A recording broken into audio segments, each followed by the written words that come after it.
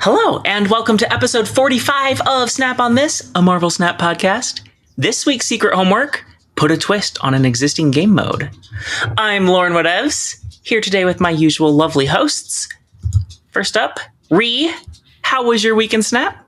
And keep it snappy. Keep it snappy, you saying?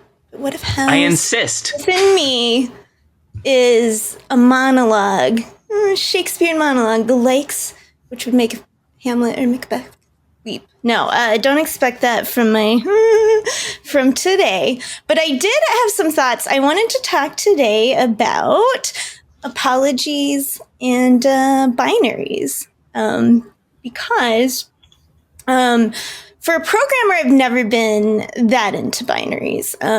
I've always been more interested in gray areas, more of like Kirk at his captain test, you know, where they're like, Rhea has to be this or this. And I'm like, the Kobayashi Maru, are we saying? I want my own Spock fanship. Okay. But like, it's just like, who says, and like, why do they say, and who gave them that authority? And can I usurp that authority for myself? Anyway, so it was kind of unusual for me earlier this week to suddenly I was just like, I declare a binary, you know? But then, like, immediately as soon as I thought that to myself, declared it loudly and with conviction, I immediately doubted it. And this is the binary I was thinking about. It's about game developers, right? And on one side of this binary of the two different types of game developers, we're going to have what we call gamers, which I know is kind of a loaded term anymore, but I think we should reclaim it because if we let the bigots have all of our words, we have nothing to describe anything by anymore. It'll all just be bad, my onomatopoeia for every word. It would be terrible. Okay. And, like if I am okay if by someone calling me a gamer, they mean you are a basement loser. Yes, but my flavor of loserdom does not involve misogyny or racism. Please identify me by my own brand of loserdom, which mostly only harms myself. If we all work very hard, we can get our insult back to its original meaning of, sympathetic losers. You want to turn the clock back to like 2010. Right. Yes. Yeah. To mean people who find it easier to interact with, polygons than people. So, okay. So one side is gamers. These are the gamers who make games, right? And they give us their best. We talked about like super giant games, right? They are definitely gamers. Concerned Ape, who made Stardew Valley, definite gamer, textbook gamer, hero. Right? On the other side of this divide, we're gonna have what I've decided to call gold gooners. Because I like consonants. And alliteration. Yes. It tastes like candy-coated carrot. No. Just talk. Okay. So on this side, this is the people who have who are like reverse empaths. Like instead of allowing other people's emotions inside themselves, to gain new experiences and grow and become better people, they keep them shut out, but trace those little tendrils, like a mind flayer back to the person and to reach around and pick your wallet, and that's kind of their aim. And this is, it's obvious, right? We've got like EA, Activision, what are they called? Zynga? The Farmville people that like mobile game. Do they still reign supreme over the mobile landscape? Probably not. I bet they've been overtaken. So. I'm not as up to date anymore as I used to be. Okay. And then I was like, this all made sense to me because I could clearly put people on either divide of the sign. You're for the passion, spirit of games, you're for money. And, and then you have people that transition, from gamer over time. They didn't have their own Uncle Bens, they'd heard the lesson, with great power comes great responsibility, but they didn't have an Uncle Ben to die to make it really, drive it home, change their lives. So they just sold out. And, that's like Blizzard and Ben Brode. No, okay, I am knocking Ben Brode because I did recently see an article where he was lauding Hearthstone, which I have played in the past, as being a new wave of low investment, high return games. And it's like, if that isn't some gold gooner speak, I don't know what is. Mm-hmm. Okay. So, but as soon as I said this, I'm like, there are some companies that are kind of in the middle with this. Like, and I'm going to put up there the other game that sucks up all my time and attention, which is FF14, which, like, I'm not going to say Square Enix. I'm not going to say they're gamers, in their modern sense, but FF14, right?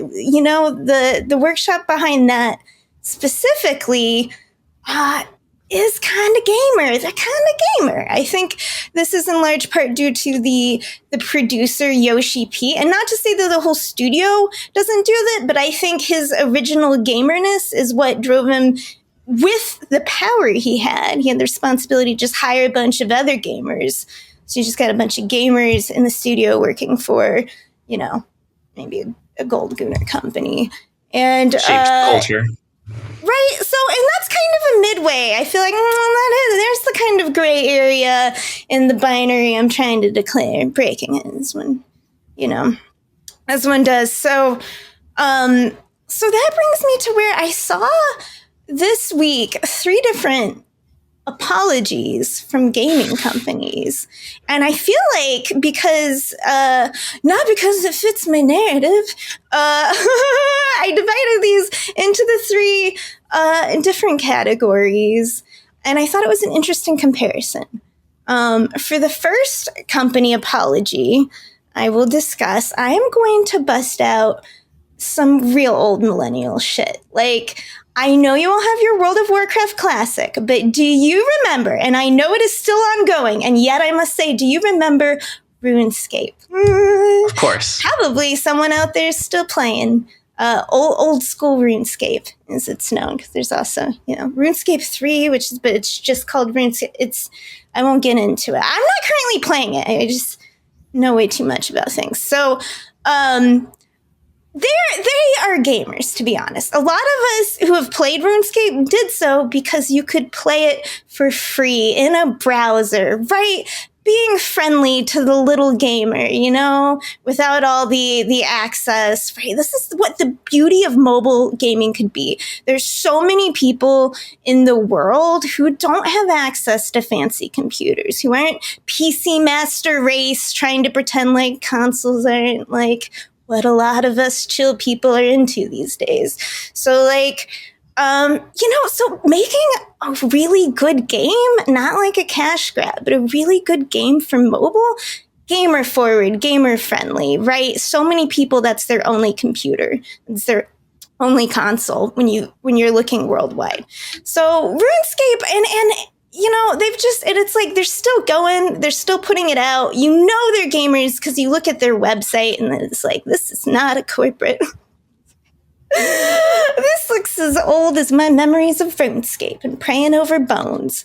Okay, so they put out, I saw this because I haven't been playing, I just kind of lately keep in touch. But some big waves came out recently because they put out a huge apology. Kind of skimmed over the blog post. I haven't seen the video that accompanied it, that were just like, hey, we are so sorry. We've totally fucked up our monetization of the game. We've seen clearly by the numbers, it's only driven people away.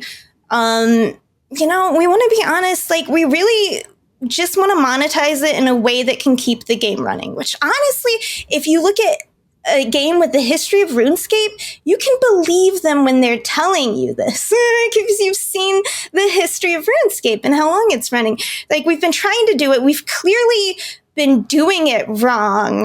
We're really like, sorry for that. Here's the ways we have done it wrong. Here's the things that gamers are people have criticized us for that they're just right about. And, here's what we're going to do going forward. And like I said, I just skim this one. So I'm not trying to pretend I'm going to know about this as much as someone who is currently really into the RuneScape community. But they're like, okay, we're going to start doing experiments to figure out, right? Experiments, science, innovation, right? They're stealing someone else's good idea, how Stardew Valley was built out of the love of the old Harvest Moon games, right? But still kind of giving its own flavor to it, and then it just then a million soulless copies came off of that. And you can be that kind of game developer, just trying to grab up whatever cash you can out of one original idea, try and split it into a million pieces and see how much money you can make off of each piece. Or you can be someone that is trying to figure out new ways to do things, which is always interesting and exciting to me in the gaming space. And even though this is monetization, which boo, I am, if you listen to me a lot, I'm not a particularly Wall Street minded person. But even innovation and monetization of how can we just keep this game running? We're going to run experiments. Here's how we're going to do it. We have this. We're going to have this way to give feedback. They're going to have these limited times that run. They will end. Then we will get the feedback and we will see what works. We care. We want to do what is going to be good for the gamers long run. Here's the things that people hated most. We are done with those. We will never do those again. We're cutting all this down. I was like, oh, wow, these are some people that love this game, that want to keep it going, that love gaming, that are interested in trying new things, trying to figure out what works and not just copying the last way someone built people for money. Anyway, so interesting note, some real gamer apologies. So the second apology I want to direct your attention to is FF14. Yoshi P apologized in the recent live letter they had to the FF14 community. An interesting note about apologies between Japan and the US is that, if you're familiar with the history of FF14, the game was terrible. They had to they remade it from scratch. And this big, apology to everyone. And in Japan, they were just, kind of apologizing over and over and over because there, when someone apologizes for messing up and doing wrong, the general response from everyone else is oh, yeah, I like when you do that. Do it again. Say again? What's that? You're sorry? Okay, that's how it is over there. Over here, because, America's just all about money, apologies, you give them one, and then if you apologize a second time, it's what the fuck am I supposed to do with this? Now it's worth half as much. Now I gotta sell two of these apologies? What the fuck? Each apology decreases the value. So they had to tell. So in America, they're you can't, when they were apologizing for the original mistake of FF14, the localization team was we gotta have at least have these apologies. If not, just chop them all down to one. Because Americans aren't into that. Okay, but what they were apologizing for now is there's a lot more bugs. FF14 had this ridiculous reputation among MMOs for being pretty good with its releases, not that buggy compared to other things. World of Warcraft has literal gamers test all their fights, so they're not a surprise when they come out. They have all these servers. They recruit free work from individuals to quality test and stuff, and they still release without a lot of bugs. The FF14 team does all their testing in-house, right? So that the fights can release as a genuine surprise, and and they tend to be pretty bug free. They tend to be reliable about when they release. Good production management is very invaluable when it is found. But lately, it's people hadn't been happy. There'd been a lot of bugs. They had to do hot fixes. I don't know. To me, it's been kind of low stakes compared to stuff I've seen from other games. But he came out and he said, "I'm sorry, we got complacent." Can you imagine a company? Can you imagine Blizzard fucking admitting complacency? Probably someone will point out some quote now from some developer where they said it, but they're like, we got complacent. We grew as a team without adhering to the standards that had allowed us to release quality content. We'd stopped kind of honestly expressing the things, and it's like, we're sorry, we're going to do better. Yoshi P also, I think this was recently he gave this, but he gave like a talk about producing a game and game development. And his like top 5 advice, his number one thing that he said has led to the success of, FF14 and everything is listening to your audience, listening to the people who are playing your game, respecting your fans, because without them, there is no game, there's no one to recruit. He like specified that as the most important thing, listening to feedback. And Yoshi P, it's like, I'm sure some people, have some like issues with him or whatever, but he is like a gamer, you know what I mean? And it's like, I respect how much he cares, about, what the fans think. Okay. The third apology, if it could be qualified, that is now like about a week old. I think I read it last week, but it was Second Dinner's response to Kid Omega. And I believe, if I recall, like I said, it's been a week, that apology amounted to like, I'm sorry, I felt that way, bro. Definitely. Let's try and like work on our communication skills a little bit better, so next time you don't get your feelings hurt. Peace. That was the end. Yeah. So, that's what I have to say. I have expounded a lot last week. I mean, the what they said came out after we recorded. I feel like I pretty much said my piece, but that's what I wanted to think about, was just like the different ways companies apologize. I heard somebody recently put it as if the company is commoditizing or treating its players as commodities versus remembering that they are delivering a service to their players. And I think that's really that's a huge difference. Like, are we just bags of money? Like, we're just, I don't know, cash cows to milk?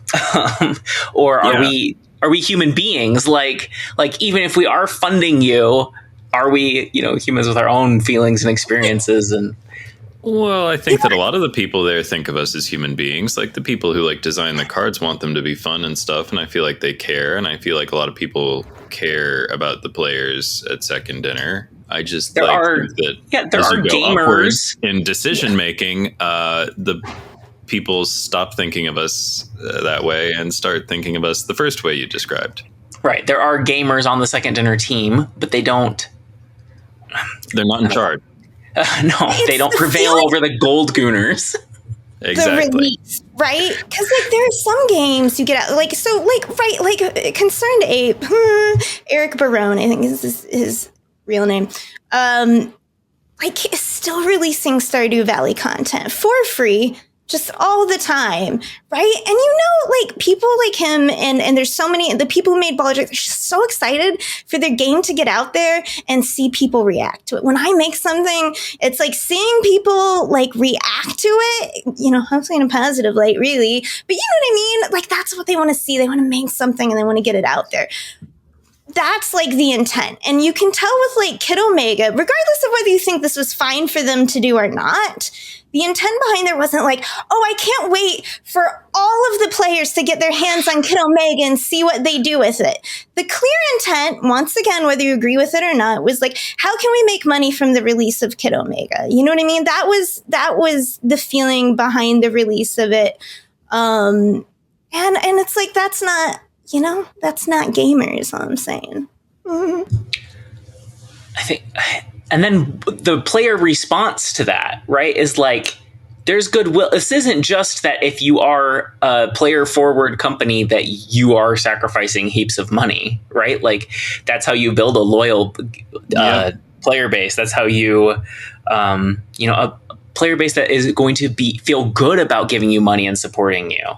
And that's like Second Dinner with this Kid Omega thing has really pushed me in the other direction, where historically I have been very comfortable supporting the game financially. It's a game that I put a lot of time into, and I interact with some of the devs, and it brings me so much joy.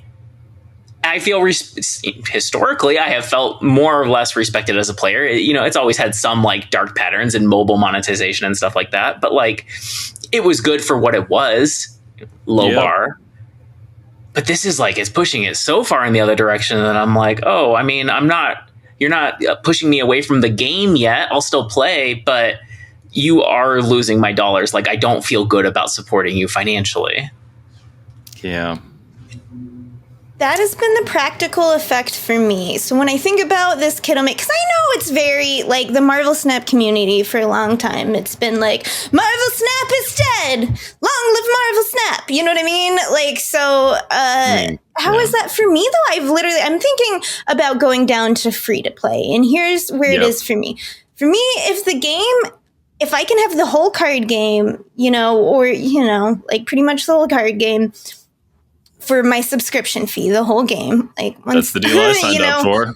Right, then it's worth it. But then if I can only have like 70% or 60%, well, then suddenly to me it's kind of like, well, what's the difference between that and 40% of the game to me? You know what I mean? Like, it's just like, what's the point of spending like money in there? And because when I play games free to play, I don't get upset. When they do stuff, I just eventually fall out. Yeah. Right? It's like true. The people playing Diablo Immortal or something, where it just eventually, or like the many other mobile games I've tried in my life, where it's just like, it got to that point, it's like, oh, this is addictive. And then like an hour later, you're like, and I'm out. Because it's just like all gem stuff or whatever, like...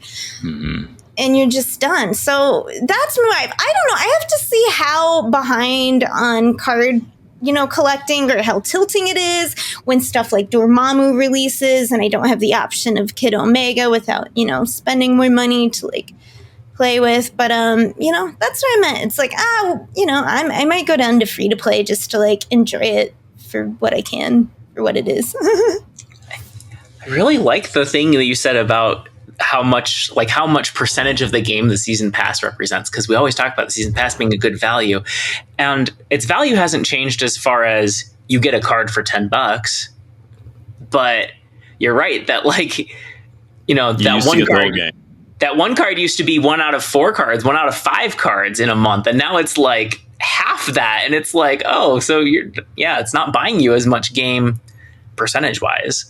And it's kind of losing value that way. And in every bundle is losing value in that way. They have really scaled up the card release rate. And I think too much. Yep. Or at least too much without compensating, right? Like if they made cards cheaper to accommodate that, that'd be fine. If they were handing out more of them. But that's not really what's going on. Well, while we're on the topic, I'll say for now, I'm committed to season pass only. I don't know what that means for super premium pass. But I don't track my spending well, but I'm probably like 20 to 50 a month on average. And it really varies. Some months I'm truly just the season pass, but other months I'll get a big bundle. So averages out. But they're losing all that. I'm going to be season pass only. I don't want to support the company while it's treating players this way, while it's expecting me to check in 3 times a day. Honestly, the disrespect for my time is what I find most offensive of all. About the pay to discount thing is just bananas insulting. It's just... Right, and it's a good deal if your time is unlimited and you enjoy playing the game mode, or you don't care about your own enjoyment, and you're just thinking strictly about converting resources you got for free into. If your time is utterly valueless to you. Right. Then technically it's a good deal, but I'm so personally against it. Like on principle, I did not and will not buy a card at Kid Omega's price using event currency. And you're so right about the time. You know that there's just some exploitation metric out there that says if you can get players to log in every 8 hours, that keeps them, they're less likely to leave, or they'll like spend more, or whatever it is. than if you only require them in to log in once a day, and like allowing exploitation metrics to make your decisions regardless of what industry you're in. That is like it's not ethical. Yeah. Anyway. It increasingly feels like they're just chasing KPIs instead of like, let's make this the most fun game it can be and ask players to give us what they think is a fair price for that. Oh my God. To wrap up my high voltage experience, because I know last podcast I was like, I've played every single time, I haven't missed one and stuff. After that, I was just like burnt out. I missed like several high voltages. When I came back, late at night, as one does, I crashed out. I spent it all on like PMVs, which I got nothing super exciting. And then, like later, I did end up buying all of the stuff, all of the credits you could buy. And then the Doctor Doom variant, because I liked it. And then the rest were on PMVs until I only had enough for a border. And the last bit went to a mystery border. And that was my high voltage. And I didn't even go for Cobra because like 15K, no thank you. Also a useless card. Yeah, for real. For a card I wouldn't play. I don't think I would have gone for a card I wanted at 45K, but like Cobra, definitely not. Ben, what'd you end up getting? Well, for my, what looks like it must have been 6 games of high voltage overdrive, I had a total of 6 reactors blown. Oh, you truly did not play the mode. Hell no. Good for you. It was fucking insulting. Anyway.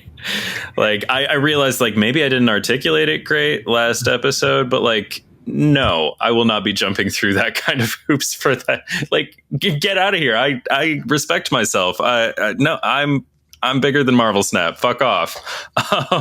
Like hell no. Yeah, so I got credits. I got all the credits. That's what I did. Good. I also bought out all the credits and I got both emotes. I was only planning on getting Forge, but then, and I shouldn't have done this, I did the math like with 2 days to spare and I was like, oh, if I get all the compensation and play every refresh, doesn't matter if I get no wins, I'll have just enough for another emote. I should do that.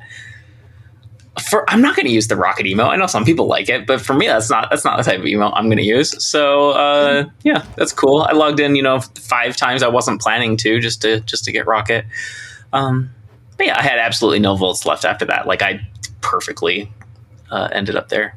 I got 2 boosters today from my leftover volts. Okay, Ben, how was your week in Snap? And keep it snappy. My week in Snap, honestly, I was having a lot of fun. Might have had something to do with the fact that I was not worrying about high voltage overdrive. And I'm pretty good at making my own fun. So I was like, I've got like so many backlogged ideas for things that I should, pursue and like, leads I should chase down and stuff.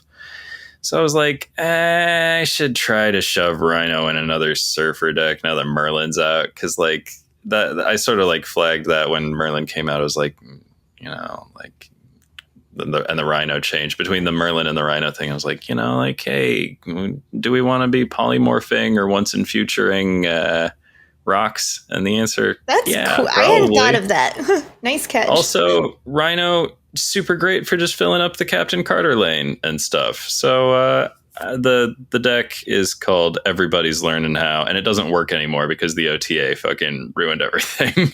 But like the name is I don't know if y'all remember.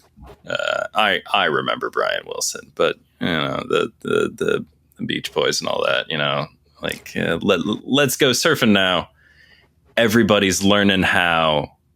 Come on a safari with me. Because this one's got Rhino and wait, a Zabu safari? And stuff. Yeah. These are the opening lines of Surfing Safari. That's what I was thinking. Like a safari? Let's go surfing now. Everybody's learning how. Come on a safari with me. Come on a safari. Early in the morning, we'll be starting now. No, you gotta stop. Coming along. We're not monetized, but you got to stop. I don't want to get this shut down. So far to the What was that?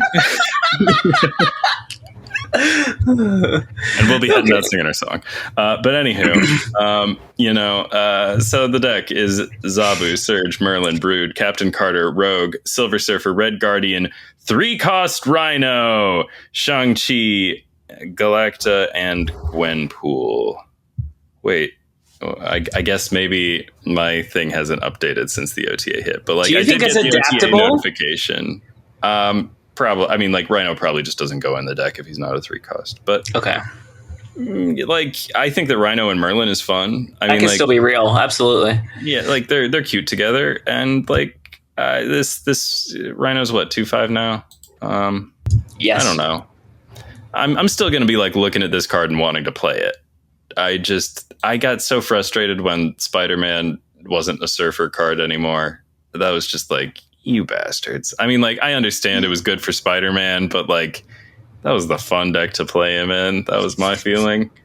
I mean, like, I love him in Scream and stuff and all those. I mean, like, Spider-Man's just a phenomenal card. Do not sleep on this one. That's a very strong effect and a great stat line. But yeah, I'm a little frustrated. So goodbye, Rhino. But yeah, I don't know if I finished out the 4-costs. I got Shang-Chi, Galacta, and Gwenpool. I think maybe I got distracted by seeing Rhino as he used to be as a 3/6 on this screen. So that deck was a lot of fun for me. I was having a blast with that because I was like, I wanted to be playing Shang-Chi. I don't love tech cards and things. Oh yeah, I don't know if you heard, I put Rogue in that one. There was Rogue in that one.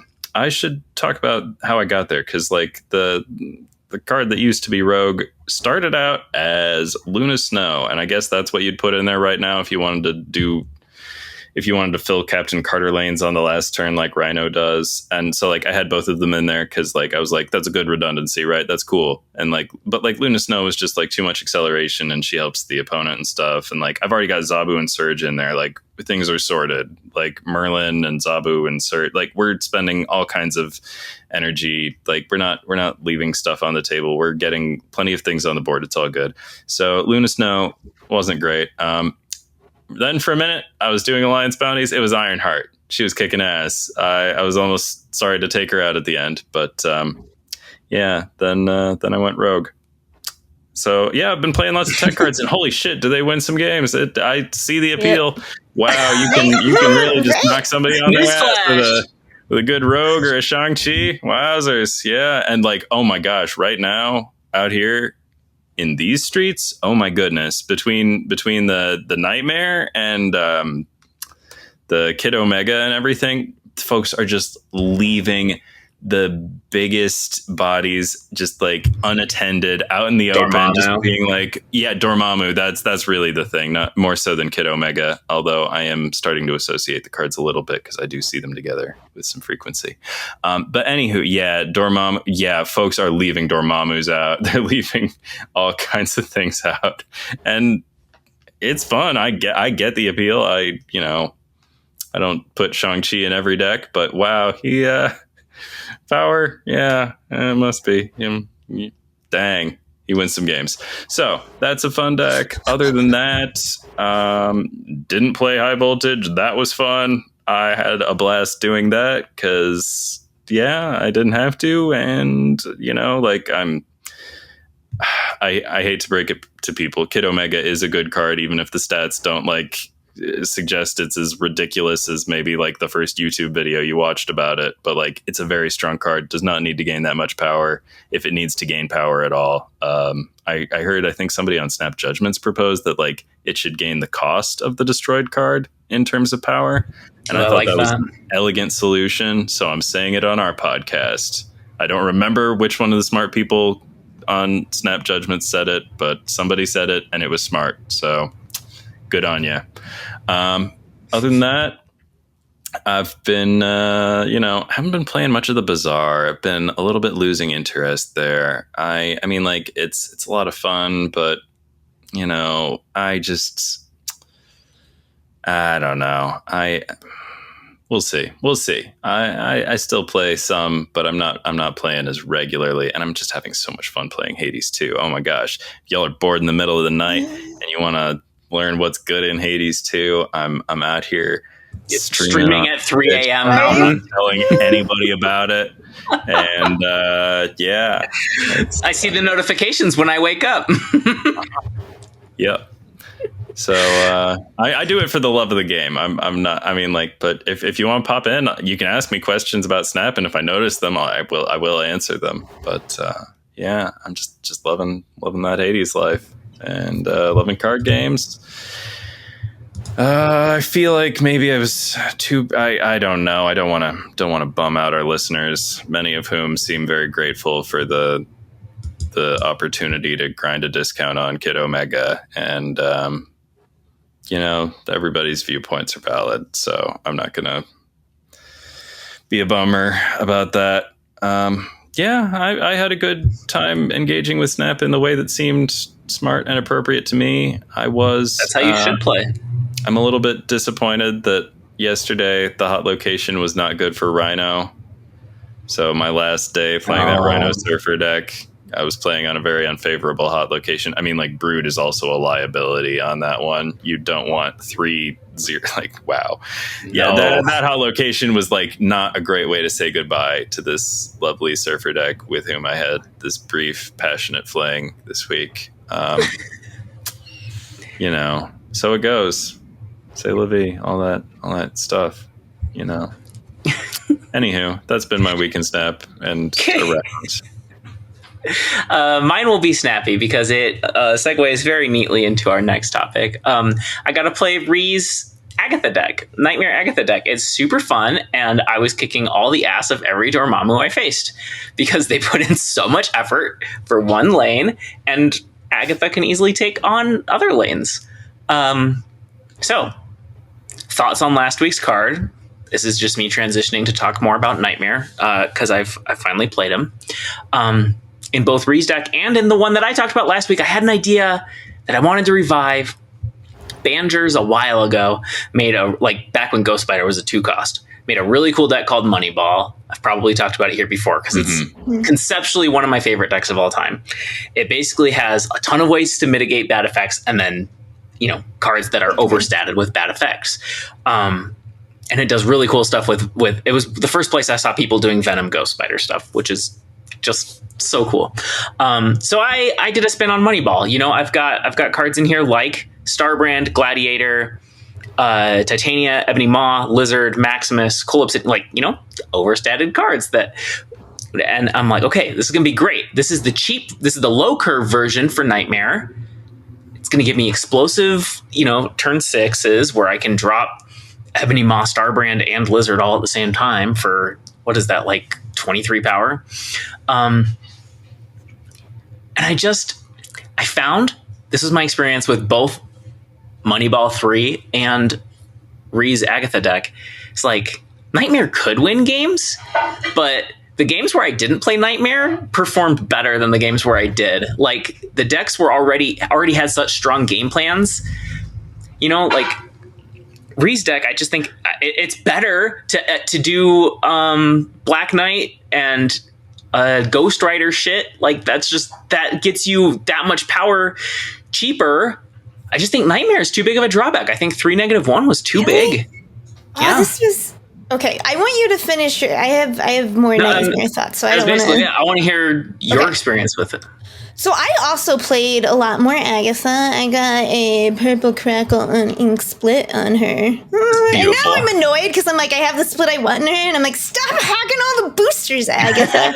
So partially for that reason, and when I went to build a Dormammu deck, and I've played in like literally all the games I've played since Tuesday. There's been like maybe 1 or 2 matches since Dormammu released that have not been against Dormammu. And so it's like been too irritating for me. So when I started to build a deck instead, I was just kind of like thinking about Nightmare. Also inspired by, I got Steampunk Doc Ock, which is like a joyful and glorious Doc Ock. I have a steampunk soft spot. Yeah. So combined with that, and I had been thinking about this because here's my experience with my own Agatha deck. Now I would hold Nightmare depending. It all depends on what my hand was, right? If Black Knight's out, what's going on with that?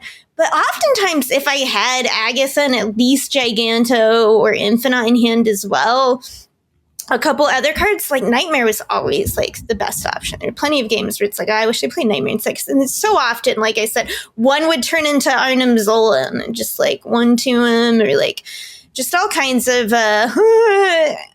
shenanigans. So it was weird to me that when a few people played my deck and I saw they like felt like Nightmare was awkward in it. And one reason they did, and normally this is something that would bother me too, that -1 without a way to mitigate it.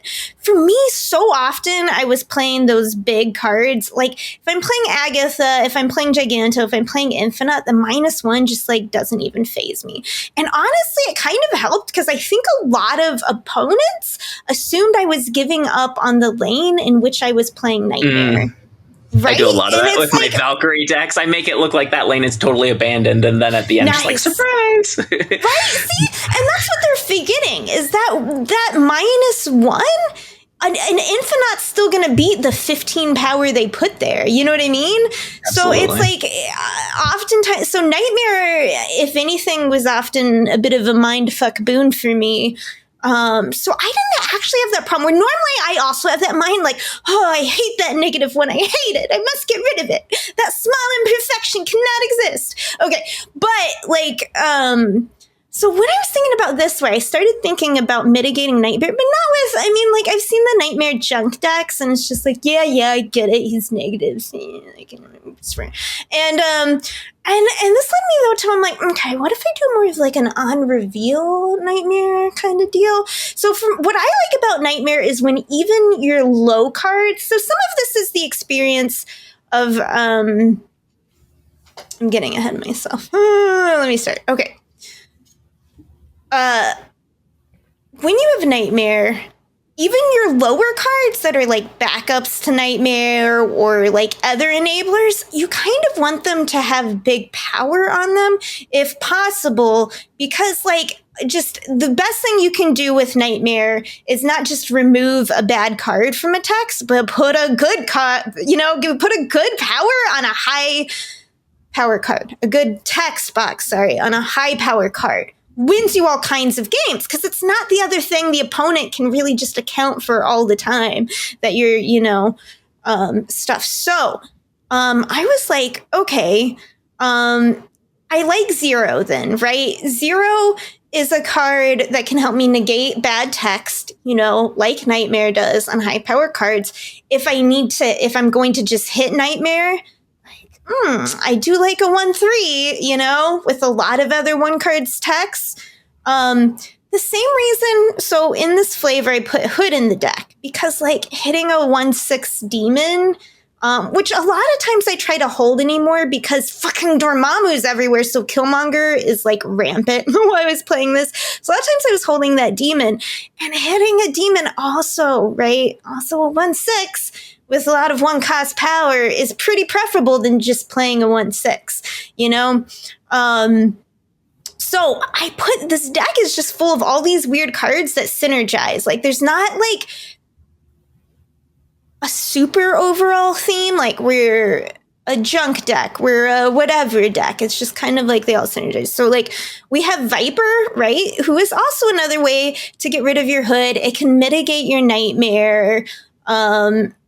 There's squirrels running around. Viper's just all kinds of useful things. She's an on-reveal, which I can also stop all my on-reveals that I don't want in another way, along with 0 with Cosmo, right? And I also like Cosmo because it stops Dormammu spells, right? If you can get Prio, and they have the kind of deck where you're going to tell, which you usually can with Destroy, because it's really easy to tell where the last ritual is going to go. Right, where their X23 is, where their stuff. So if you can get Prio and put down Cosmo on a lot of decks, right? Like, Cosmo's still strong. And it also stops your own Gladiator, another card you love to hit with Nightmare. It stops Dr. Octopus, another card you love to hit with Nightmare, but also, like, very occasionally, depending on the deck you're playing, you just play out Doc Ock to try and, like, trip up their little order of operations. Cosmo also stops the Sentry if you didn't hit your Sentry with Nightmare. Atuma, you don't mind hitting with Nightmare, but it also gets rid of a Hood. It gets rid of a Nightmare that you didn't like. So, like, there's just all these little ways that all these cards can work together. Cool Obsidian, because I have 3 1 costs in the deck, 4 if I get, the Demon out. So almost always can I just play Cool Obsidian out. Once again, you don't mind hitting with a Nightmare. It's a 4/10. Yes, give it Jessica Jones ability, please. I'll play around that. And then the last card Zabu's the next. I've got all these forecasts. Duh. Of course Zabu's here. The last card in the deck is another way to mitigate Sentry, Hood, all the other Nightmare himself, Cersei. Because it's fun. It's fun. And this deck has been working pretty well for me in the little bit that I've played it, because nobody knows what the fuck it is. And like, nobody's expecting you to get Prio to slam down a Cosmo, or like, Viper over your Nightmare at an inopportune time for them. It's just, I like it. It's like a weird on reveal Nightmare monstrosity that I've been having fun with. I've called it a new Nightmare. That sounds great. Yeah, so, and that's what I did instead of like playing Dormammu like at all, so don't need to really have much to say about him, except for I hope people stop playing him every single game all the time. Yeah, he seems pretty popular. Are we going on to Dormammu then? Telegraphed. You can the Shang-Chi, like you really can't tell where he's about to pop out. Like, there's not, I don't know. He's fine. I don't know. I didn't get Dormammu, so Oh, you didn't? But there was a lot of talk of the Hood, and that reminded me that I wanted to hop back in time very briefly to my weekend snap to recommend the new Disney Plus Ironheart television program. Oh my goodness! Watched it yet. Wow, like I don't really participate in the discourse, but if I were to guess, I would say that, like, I bet some people are going to be talking about how friggin' hella hot Anthony Ramos is as the Hood in this show. Like, these, like, I've been aware of him from, I did not realize that he looked like that shirtless. He's got a very pretty face. I'm just like, I think people are going to be talking about the heat that Anthony Ramos is bringing. I did use him as a selling point to Jess. I think she would have gladly watched it anyway, but it's like, Anthony Ramos. Raise a glass to this man's abs. That's what's up. Okay. I did play Dormammu. I played a lot of Dormammu. Okay. However, did you look up his abs? I Googled Anthony Ramos, and the very first picture that they show him, I'm not like super familiar with him. It's just like him in a very seductive. I just know him. Yeah. Hamilton like, into the heights. In his mouth.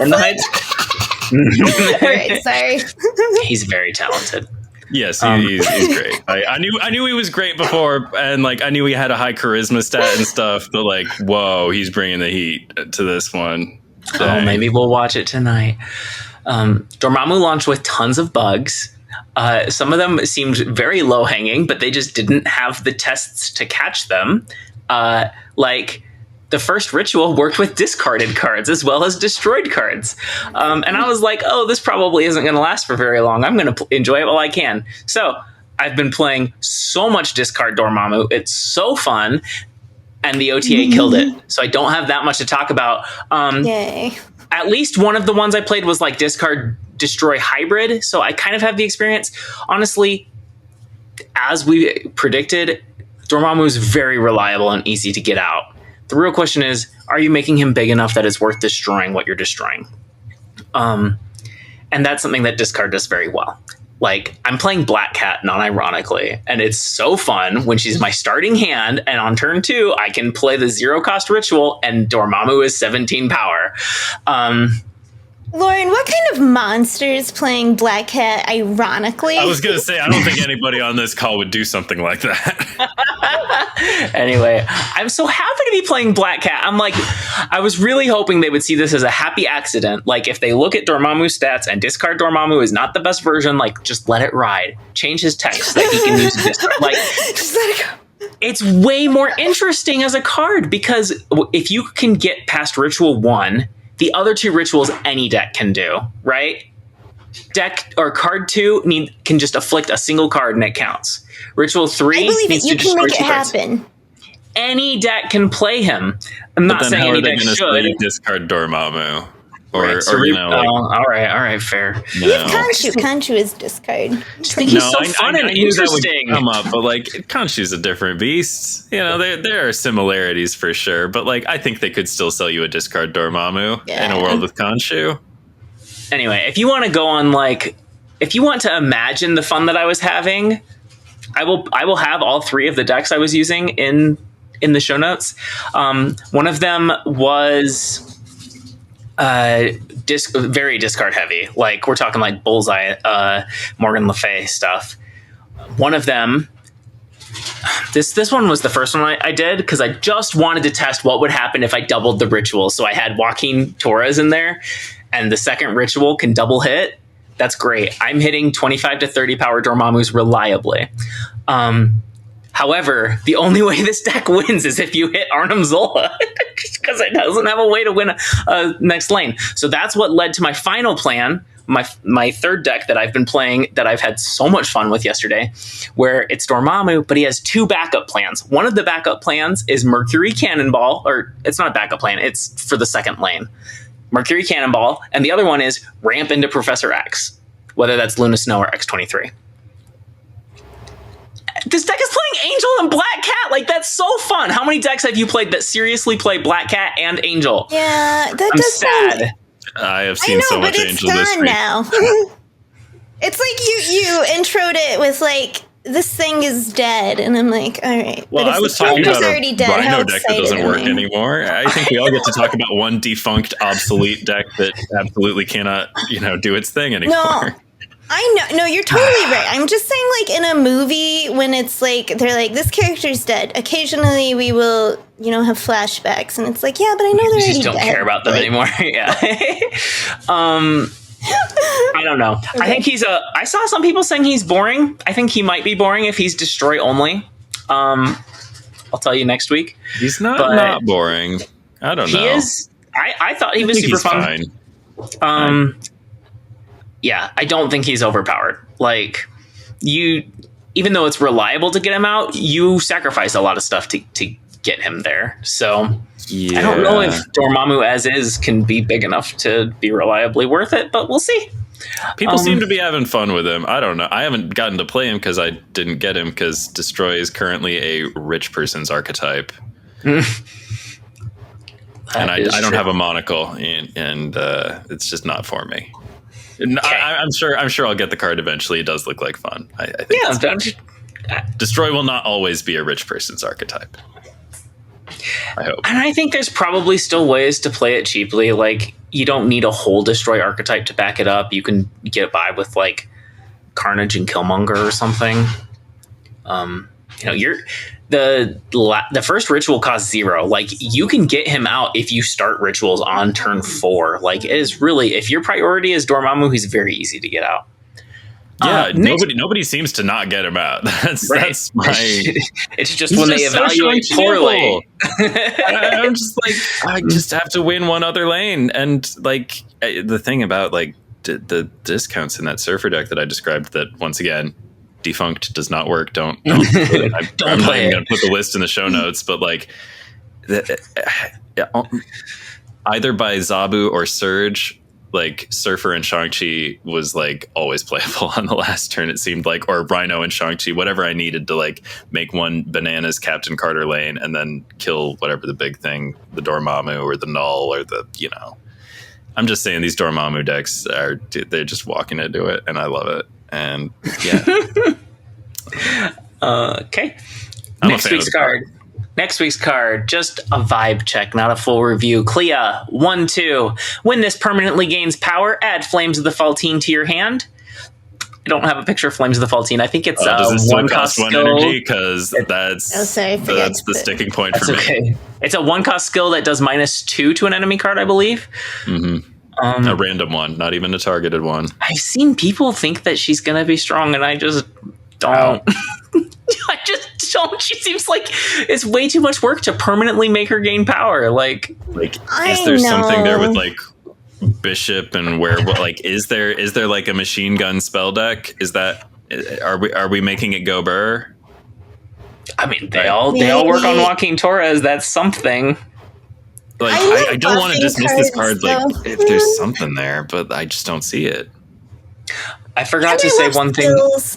And we can finally make like a sword and sorceress deck. But it was like Maureen Le Fay and Angela and stuff. I don't know. I'm excited. I'm going to mess around with her. We'll see if I find anything. I'll get her. I'll mess around with her. I just, I don't get it. I can't figure her out. Dormammu. Something that I haven't seen people doing that has been working very well for me. Ritual 2 is the Laufey ability. Mm-hmm. Playing that with Diamondback is really cool. It's a 1 cost skill that afflicts everything in the lane. Yeah. I have 1 games where I don't even get Dormammu out. I just use Ritual 1, or I guess it's Ritual 2. Ritual 2 against or with Diamondback. Okay. That's pretty cool. Sanctum Showdown started. The prize is a Series 4 card. It seems attainable this time. Yeah. A 3 cost skill, Astral Projection, the very first skill that we can collect and put into our deck and split, and it'll have variants. I think it's super weird. I think it would have been better to just make it a character that has text to banish itself. Yep. Yeah. Maybe this could have been what the ancient one was about. Yeah. I think it's great mechanically. I just think I don't like skills thematically as like something you can put as one of your 12 cards. Anyway, I don't even know if I like this one mechanically. I think the nicest thing I can say about this card is that it seems attainable. In general, I like the mechanical concept of putting skills in your deck. Like new card types, fine with that. But I think I don't like it at all thematically, putting a skill in your list of heroes. I agree. For the ability itself, though, I'm interested. I think it makes it more versatile. Like you can do more, try different things with it, which I like. Okay. Its text is on reveal, copy the text of an on reveal card in your hand. Because it's a skill, it will always banish itself. So something that changes its text like Mystique does not work. Rank it? Seems very powerful. 4-point scale? Yeah, 4. Really? I'll give it a 4. Oh, wow. Tell me what you're thinking. I don't know. It just seems powerful. Like I'm just like in a vacuum. Like that seems you don't even have to have played the card. So many of the other things that give you a free on reveal are based around doing an on reveal that you already paid for once. Yeah. This is like aspirational. Like maybe someday I'll be able to afford Arnim Zola. Like there's definitely cool stuff. You're like cutting in line. It's I think this does a thing that we haven't seen before, and there's probably a reason we haven't seen it before, and it seems like it's probably good. I don't know. That's just like my I don't know what the deck is, but I'm like, how is there not a deck here? This gives you a thing that you shouldn't have. Okay. And it feels like Marvel Snap has shifted. It used to be kind of a struggle to hit Dazzler, right? To fill all your lanes. And now it's like you're almost looking for more ways. Like I put Venom in my high voltage deck just to like gobble. I do that more which was Lauren, I think, touted originally. Just a great way to like clear up space on your board. More and more I need to clear up space or think about like not filling it up. And skills are great for that, So I think in this day and age, right? Yeah, the skill that also lets Dr. you... Doom. Mm-hmm. Sorry. I was like, how was the best thing I came up with Arnim Zola? Dr. Any Doom. of the high cost on reveals. I think Zola's you get them better for cheaper.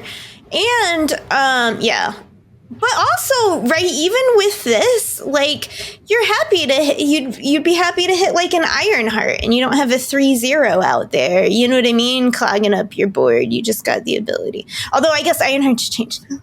Like, give it points 6, but like, yeah. So how many points you give it? Yes. I'll give it.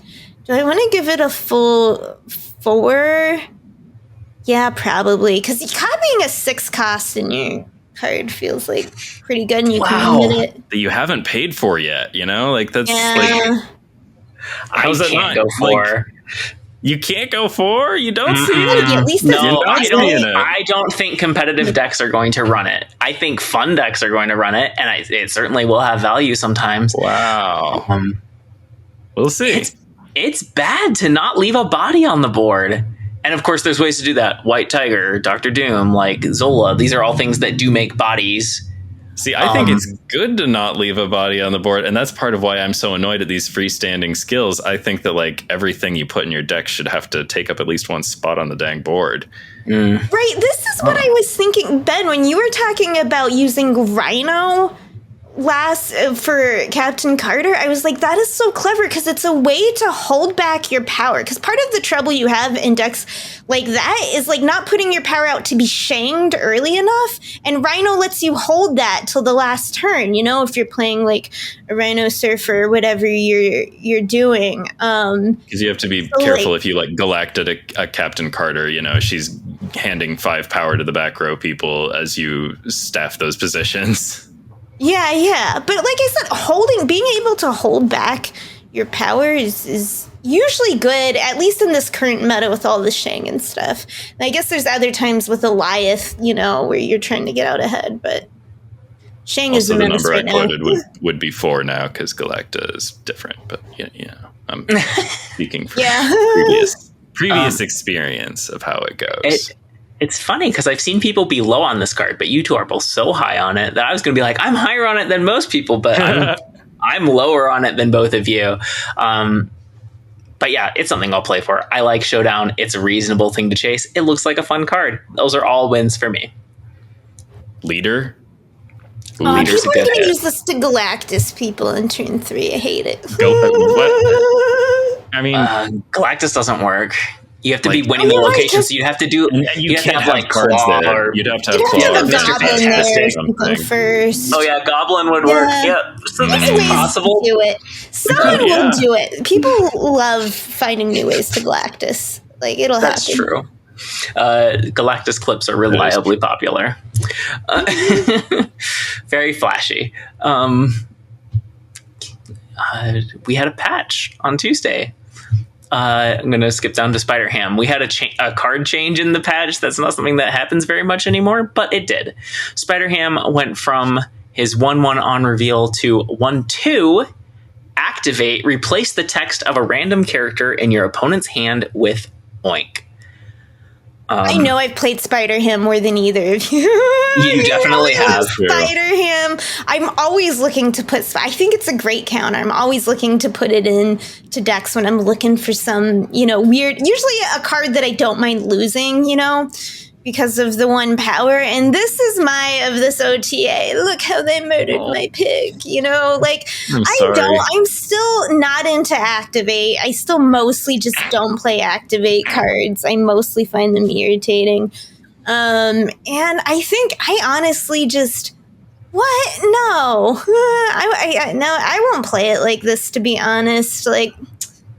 I don't care for it. It still will die. It can easily die to Killmonger before you can activate it. And I feel like their rationale was like, well, maybe you can time it right so that you can try and hit. And it's like, no. It's sad.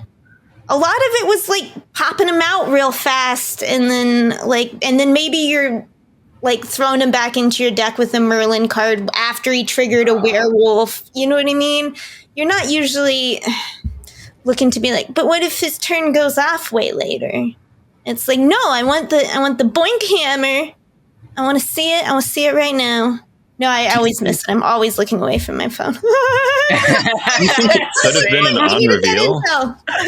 I think it could have been an on-reveal. I don't understand why it has to be an activate. It seems stupid. I agree. I think the change to random, that's the main thing, right? The change to random. That opens up the design space. It was the leftmost thing that was screwing them. And it doesn't kill Thanos anymore. The pig itself with the shadow, the zero, like... They fixed all the things that were limiting the design space. They could keep it on reveal so that it could actually be like a play, There's some cards where it does absolutely nothing if it hits them, right? If it hits Thanos, that does nothing. He's still Thanos. He just has different text. The stone won't refer to him anymore. Yes, it will. He's not transformed into a pig. He's still Thanos. He still gets the powers to... Wow. You can still summon Dormammu if his text says oink, because he's still Dormammu.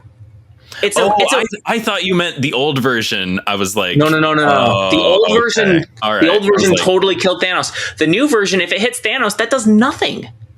Yeah, he's still a 6/12. He still gets discounted. All the stones still refer to him. That's so stupid. What? I don't. Okay. Part of it was like, the pig had all the weird interactions with Mobius and all that. Being a 0/0. Like, yeah. But can't they just change that? I don't know. Aren't combos a good thing? Like. The Shadow Kinging a pig, that was cool, and now you can't. Like, I don't know. It's like pre-Eliathing something kind of. I mean, like, I'm sure. Like, the thing is, I don't want to dismiss this card. Maybe it's fine. I think it's uglier.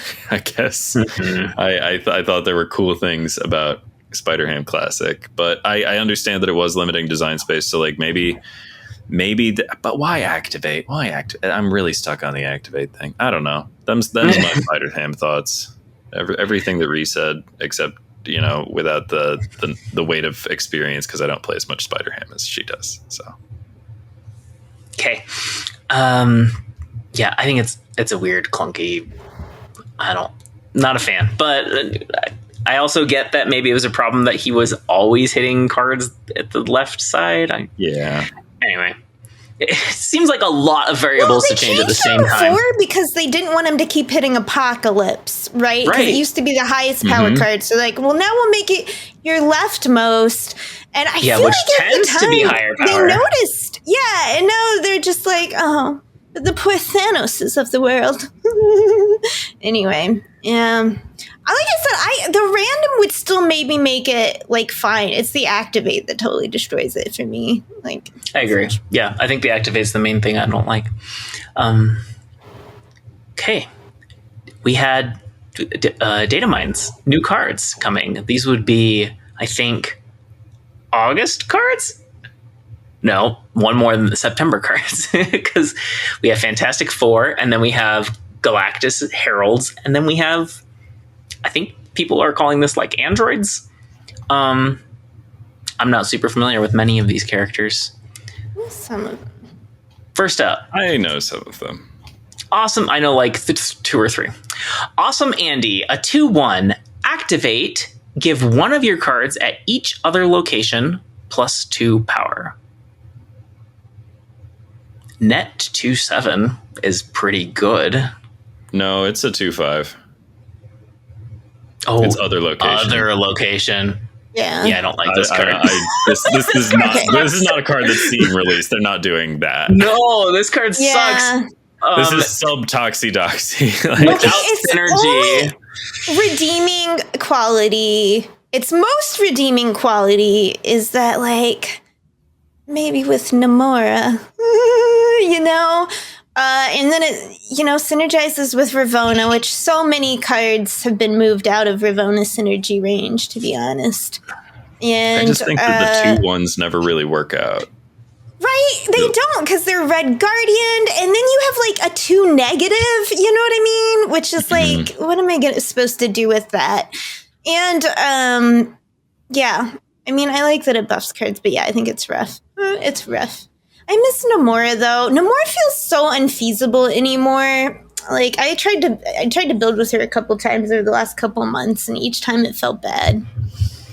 Anyway. Yeah, I don't know how viable she is without Wong, and that's like as soon as you start requiring combo pieces, hurts So hard to reliability. keep it to one card You on think each. she's You good know in what I mean? Sanctum or It's hard. anything? I don't really like think about Nomura very much. Yes, I think she's good in Sanctum. Okay. But you have to play around it. You have to have like move cards or kitty or something so that you can really control how many cards Yeah. are there. Yeah, I'm it's tough. just like, there's no room for her in my preferred Sanctum strategy. But I was just like, maybe that would be fun for somebody else who's into that kind of thing. Okay. Next, Bastion 4/5. On reveal, add copies of your other cards here to your hand. Set their costs to 2 and power to 3. It's very cute. He makes them into Prime Sentinels, and those are like, sleeper agent. Thematically great. Sentinels. Yeah, it's adorable. Very cool.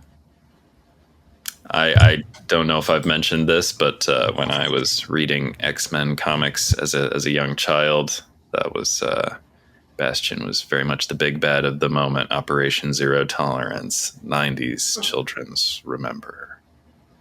I think that's what they say.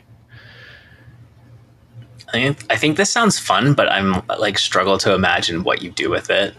It's got to be good. Obviously, how is this Hood. not good? Yeah, I mean, obviously, yeah, Hood for sure. But yeah, just like getting affordable little playable like on reveal things again. Like let Ironheart again. Like I'm always let's just think about our good friend Ironheart. Dang, Becomes yeah, a 2/9. That is a good one. Yes. I feel like this card has to be good. I just don't see how it isn't. Just on paper, I don't know. For the same reason, I think Astral Projection has to be good, Bastion has to be good, and I'm not thinking about the deck. I just in a vacuum, this is a good card. I think you have to. 4/5 is like that's a lot of momentum to give up. 4/5, I don't think. You can Zabu it. Oh my gosh, why not? Why not get a 2/3 Zabu? Oh. Rhea, any thoughts about Bastion? Yeah, I agree. Maybe with some fire hair stuff. I don't know. It'll be interesting. Play with it when it comes out. Like it I seems liked super Esme. All right, it feels like that kind of vibe of deck building for me. And more controlled. More controlled. Yes, You've already got the ingredients in front of you. Yeah, I think it's also interesting to compare to Moon Girl. Oh, that's definitely the Okay. point of comparison you're going to want. Do that. I like Yeah, this yeah. card better than Moon Girl. I think it's overall more powerful. Okay. Danger 4/6. Activate. Destroy an enemy card here with less power. Cool. It's definitely cool. you think so? little bit I like don't the like thing. it. I think with the activate, I would rather play Shang or Red Guardian for which one I was going for. I suppose I could see that argument. I have difficulty evaluating this card. I feel like once I start playing it, I will know in an instant, like if it's good or bad. But It's random, and I think that makes it bad. And you have to put it out in advance. It gives them an opportunity to make sure they don't. You're not catching them with the surprise because you knew they were going to play that there. They see that you put it there, so they don't play there. counterpoint, what if you just want to kill their copycat or something? They play a copycat on 3, and then you play Danger on 6 or on 4, and it's a 4/6. I'm sorry, I'm looking at the card and numbers and things, and speaking is difficult. Yeah, you spend 4 energy to cancel their 3 energy. Like, I just... No, Right? you There's better things to 4/11 do in for that 4. case. Or like I don't like I think that there might be value in killing a medium-sized thing. And I mean, we haven't really like gotten into but it. you But this have to card does play ask it. you to hand buff it You and have stuff. 2 turns to play it. You have to play it on turn 4 or turn 5 unless you like Zabu'd it or I otherwise do cheat think it it would out benefit early. from a Zabuing.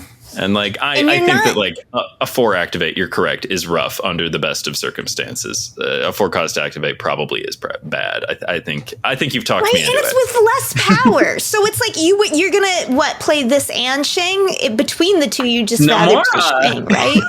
Or you're right. Maybe Nomura. Like, this is a promising design. Like, I want to help it out. I want to get it there. I can't believe you're like championing this the way I did Hulkling, who at least is like fun. Instead, you're looking at this boring activate card and like, come on, this is a more interesting card that like you actually have control over, and like, you know, you could. It's your kind of boring, is what you're saying. Yeah, Emperor Hulkling shows up and tells you what he's doing today, and that's not good. You build this card up to double digits. You activate it. It kills a squirrel. Like that it's not targeted. Ooh, yeah, the Spider-Man 2099 of it all. Yeah, this card can get lost. Okay. I didn't say I thought it was great. I said I thought it was hard to evaluate, and y'all have convinced me it's not that hard to evaluate. Okay. It like sounds the like a mean lemon people to me. criticizing the way people dressed, and Ben's like, they've got heart. They're doing that. Like, no, trash them like us. You know? Okay. Yeah, I think it sucks. Okay. Jim Hammond, Human Torch, a 1/1. At the start of each turn, +1 power for each bonus energy you have. Kind of a new archetype. We do have Sunspot. Do you think it starts losing power after 2 turns Havoc on the board, you know? Does Havoc count as a negative bonus energy? Yeah, so like I don't think so. I think bonus energy and max energy are distinct. I suppose. Well, so do you think you could lose energy with Havoc and still get yourself some bonus energy with like Wiccan or something? Like, do you think that Havoc subtracts from the bonus energy that you would have from Wiccan? Do you think Jim Hammond will count? Like, do you think he'll grow slower as Wiccan and Havoc coexist on the board? No, I think he would always be a 2. All right. You think even after Havoc starts gobbling up the bonus energy? Okay. All right. I can see the argument for like either out. I mean, wait. Wiccan does say max energy, doesn't he? Yeah. Is bonus energy just stuff like Hope Summers and Noor Dimension and yeah, I actually don't think Wiccan would count at all. Is this the Feast card? And Fallen one. Wow. Right. What a strange design. I would have thought Wiccan would have counted. I would have thought Corvus Glaive would have counted. Count. I think we're probably being too pedantic and expecting them to make too much sense. I think it's if you have energy more. Yeah, like if at turn 1 you have 1, you have 2 energy, you have 3. At any point that you have more than that, I think that's what they consider bonus. I bet you're right. They want it to be simple. Like, right? That they would want be it to be easy. Well, actually, like kind of move if Wicked didn't count. You sold me. It's probably just the net number of energy you have. What I like about this card is I'm glad they're giving more. I don't know that I particularly love this card. You know, it also feels very like sunspotty, you know, like kind of creeping on that territory. But you can spend the energy. That's true. Oh, you're right. You can spend it. That is good about it. Also, like, it is another tool for letting energy sit, which I haven't gotten to play She-Hulk for. Once again, sitting on energy instead of using it. Is this a tool for, like, this doesn't reward you for sitting on energy, does it? It doesn't, but it synergizes if you're already, like doing Luna Snow you stuff. Might not be able and, to, like, okay. If you're already getting crazy with the sideways cheese to it. But I used to love energy skip, you know, like I had fun with that. I had a lot of fun with high Evo kind of stuff for a while. And it's just like, it just felt like it's just like almost always better to spend that energy. Like you're just not getting value for it. So like more tools along that line is good, but it feels like weirdly worded while creeping in on Sunspot's text cleaning in a up way this I text. don't like. It is so like if we can't parse it, then it's such a odd, It's a weird card. I don't see him as stronger than Sunspot. Yeah, I don't think this card ships like this. It's goofy. I mean, like, okay, you play Wiccan on curve, this thing ends up being a 1/5. But like I don't know. I don't think that's worth it. Just so you can have him out on the board instead of waiting in your hand like a Titania. Yeah. Sometimes one drops are good though. If you're expecting weird bits of extra like hope energy or whatever. Like, I mean, but I'll play Nicholas Scratch. You've seen me. I think there'll be an energy deck like Fallen One. That's like you do Shuri Fallen One, and on turn 6 you have 11 energy. Like that's something. But yeah, and maybe in that case he's better than Sunspot because you get the +6 power or the +5, and then you get to spend that energy. Jocasta, I don't know. 3/3. Activate. Immediately activate your other cards here without using up their activate abilities. I almost love it. I designed a card like this for Secret Homework before, but it wasn't on reveal. And I really wish this wasn't on reveal. Exactly. That's exactly how I feel about it. It's like, this is what we've been waiting for to maybe make activate feel more worth it. And instead you're like, oh, I really wish this card has its problem. It's got the activate. All right, so you can't play Jocasta on turn 6, but you can play your other activate card on turn 6 and then activate Jocasta. So that's true. It does make activate. It helps make activate less awkward. But in that plan, you are still losing out on an activation that you kind of paid for, and that feels inefficient and also like just emotionally bad.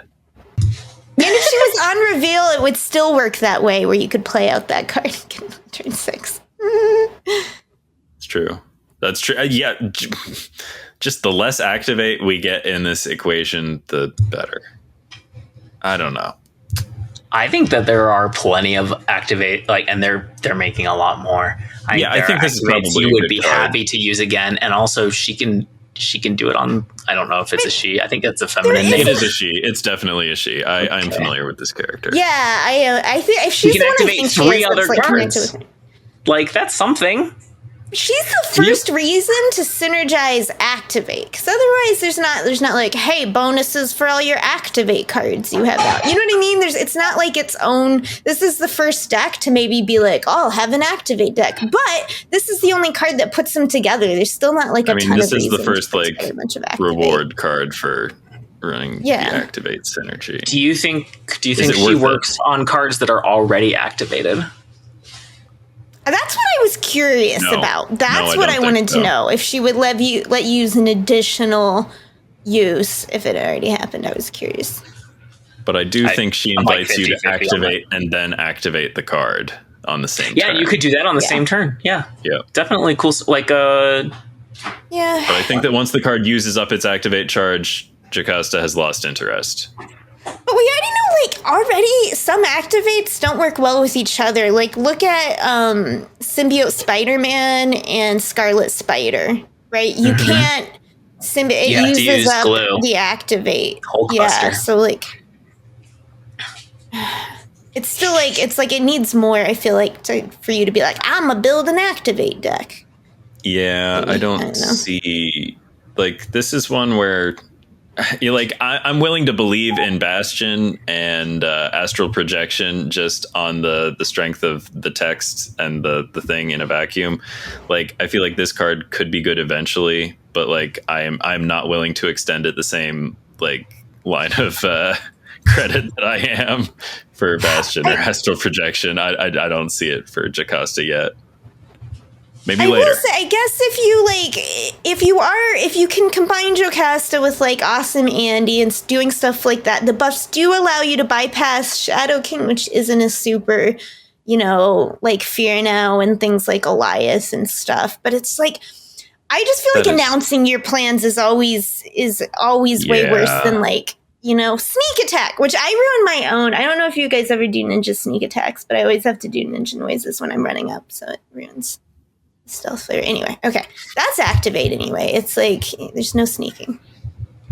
Yeah, I think you're right. This card's not sneaky enough. Yeah. What are they going to do? Cosmo you? Well, that's a very good point. It's a very good point. Just knowing, right? Just the fact that I know what you're doing.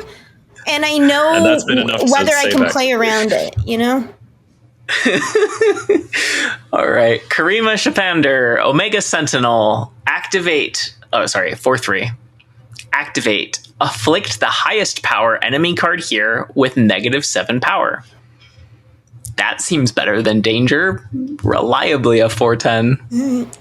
Yeah. Put in an affliction deck. I mean, reliably, you have to get it out. It's a 4-cost activate. You have to get it out early enough. This is one that Jocasta is happy to hit again. 7. Yeah, wow. But like, think I about like this card.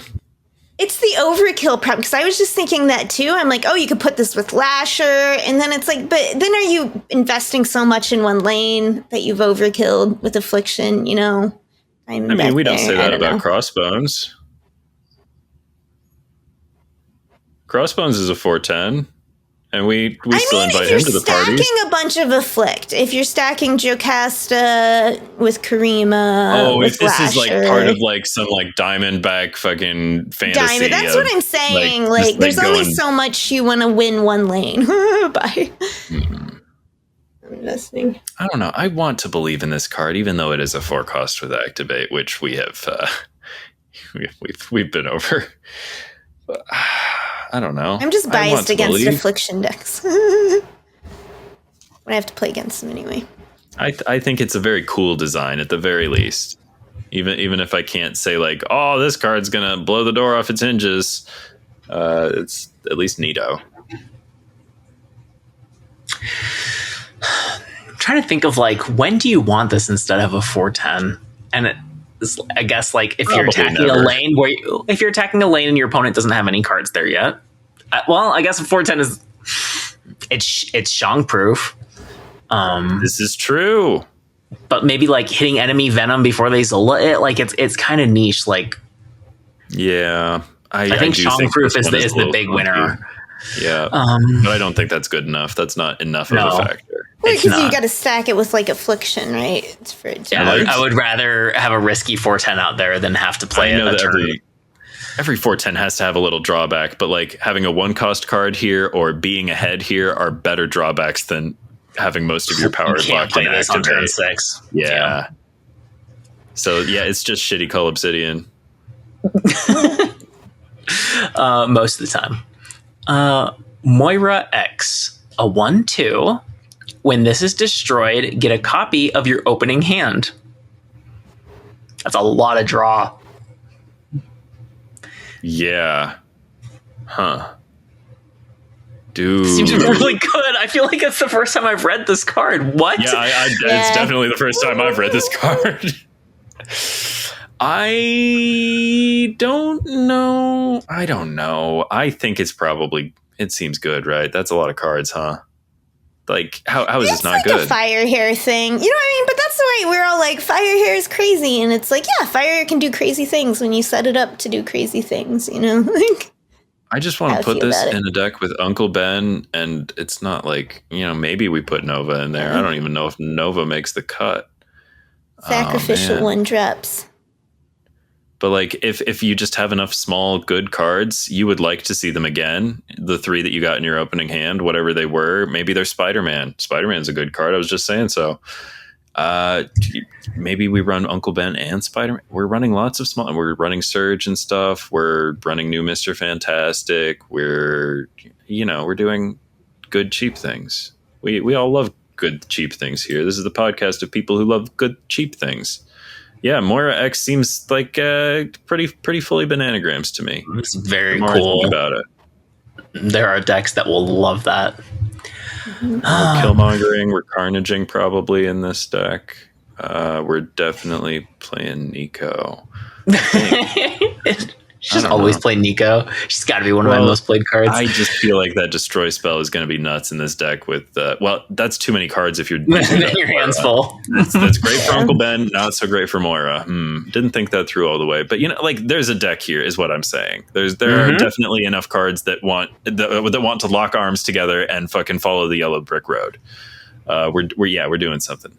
That's what I think. Great card. Cool. Okay. I got there in the end. I wasn't sure. You're good.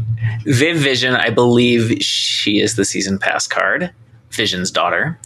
3/3. End of turn, give each card in your hand +1 power if you're winning here. Otherwise, move this to another location. Love this. Wow, that's nuts. It's very There's no way cool. this card isn't good. Right? I've said that like so many character is so times good, too. about these cards so far, but like this one I feel the most strongly about. Love Viv. Glad It's she's just coming Nakia. into the game. And finally, it's like, yeah, it's a buff card, which I'm always occasionally just playing cards that are all about buffing your hand. And this solves the problem. So whenever I build those decks, I also almost always, into any of my decks, put a card that will reach or move or something. And finally, usually in my buff deck, it's the recipient of buffs that has to be able to do this. Now, finally, a card that will both buff and move. Perfection. Yep, Love it. this card is doing everything. It's doing all the good stuff. This is a Yeah. very cool card. I like it This a lot. card And is the so good. surfer card. Yeah. And it's a surfer Love card. And a move surfer card. Mm-hmm. I do love those. Oh, The most I'm going move card, I think, more so than a to surfer use this with Mysterio. Because, of course, hand buff. That's Every have time to. you say I mean- it, I never play Mysterio. Man, I don't. This is just a very good. This is an everybody card. This card is for everyone everywhere. yeah. Okay. An android for the people. Truly. Warlock 3/4. Activate for each unspent energy. Give a card in your hand -1 cost.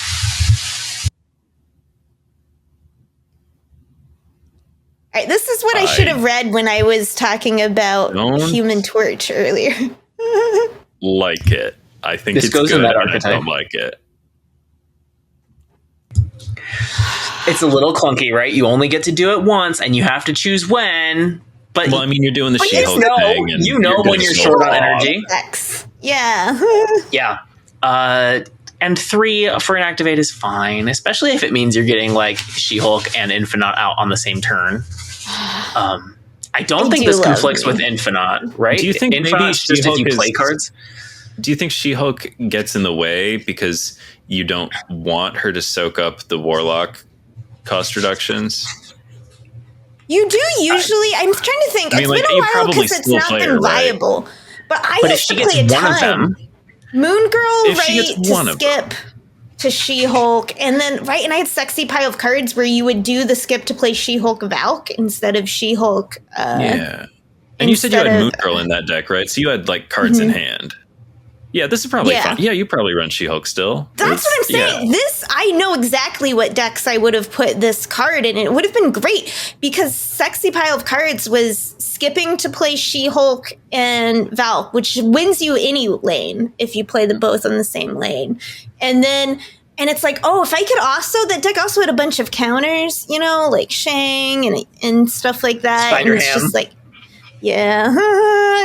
So like, but also there was another one. I think it was it an Eco deck? Oh, I think it was someone else. I don't want to miscredit, but there was a Moon Girl She-Hulk with InfiNOT deck I also played for a while. That was like really great, and it's like this would have loved to go in there anywhere where you're like skipping turn 5 to slam down a bunch of cards. Like,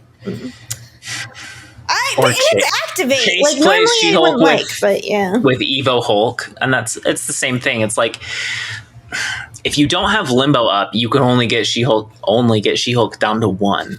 So that's where if at least one of those Right. hits her, she'll go down to 0, yeah. and that makes a huge difference. The So more I yeah, think it's about it, more like, than the dissonance is so unlikely to bite you in the butt, really. Yeah. Like, there's potential, but it's so small. yeah. If it hits She-Hulk more than once, those are wasted. But like, it's worth it just for it to hit She-Hulk once. Yeah, I'm convinced She-Hulk friend forever. And when I was skipping to play She-Hulk and Valk, like I said, I didn't play them because I don't like playing Magic because it's too easily turned off and like, you know, so I was just trying to skip turn 5 and not skip a turn 6. So like I said, that only puts She-Hulk at 1. So like, boom, love it. Finally, Yeah, an this card seems activate card really I good, can see right? where I would play. Well, You have to have a deck built around it, but yeah. But I think Um, yeah, this card seems. I'm a little worried about this one. I guess is my. feeling. I don't know. We'll see. Think about like if you're playing bolts of Bolthak a lot. If you're playing Agamotto, the bolts are really fun because they allow you to delay a turn. If you didn't draw well and you didn't set up to ping your werewolf around or bishop or whatever you're doing, you can delay with bolts because it's like I'll just play all that shit out next turn. Sometimes you delay just so that they can't counter the shit you're doing or whatever. And this kind of lets you do the same thing. It lets you delay and then ping werewolf around a million times in the last turn with a bunch of spells, right? That you can play out.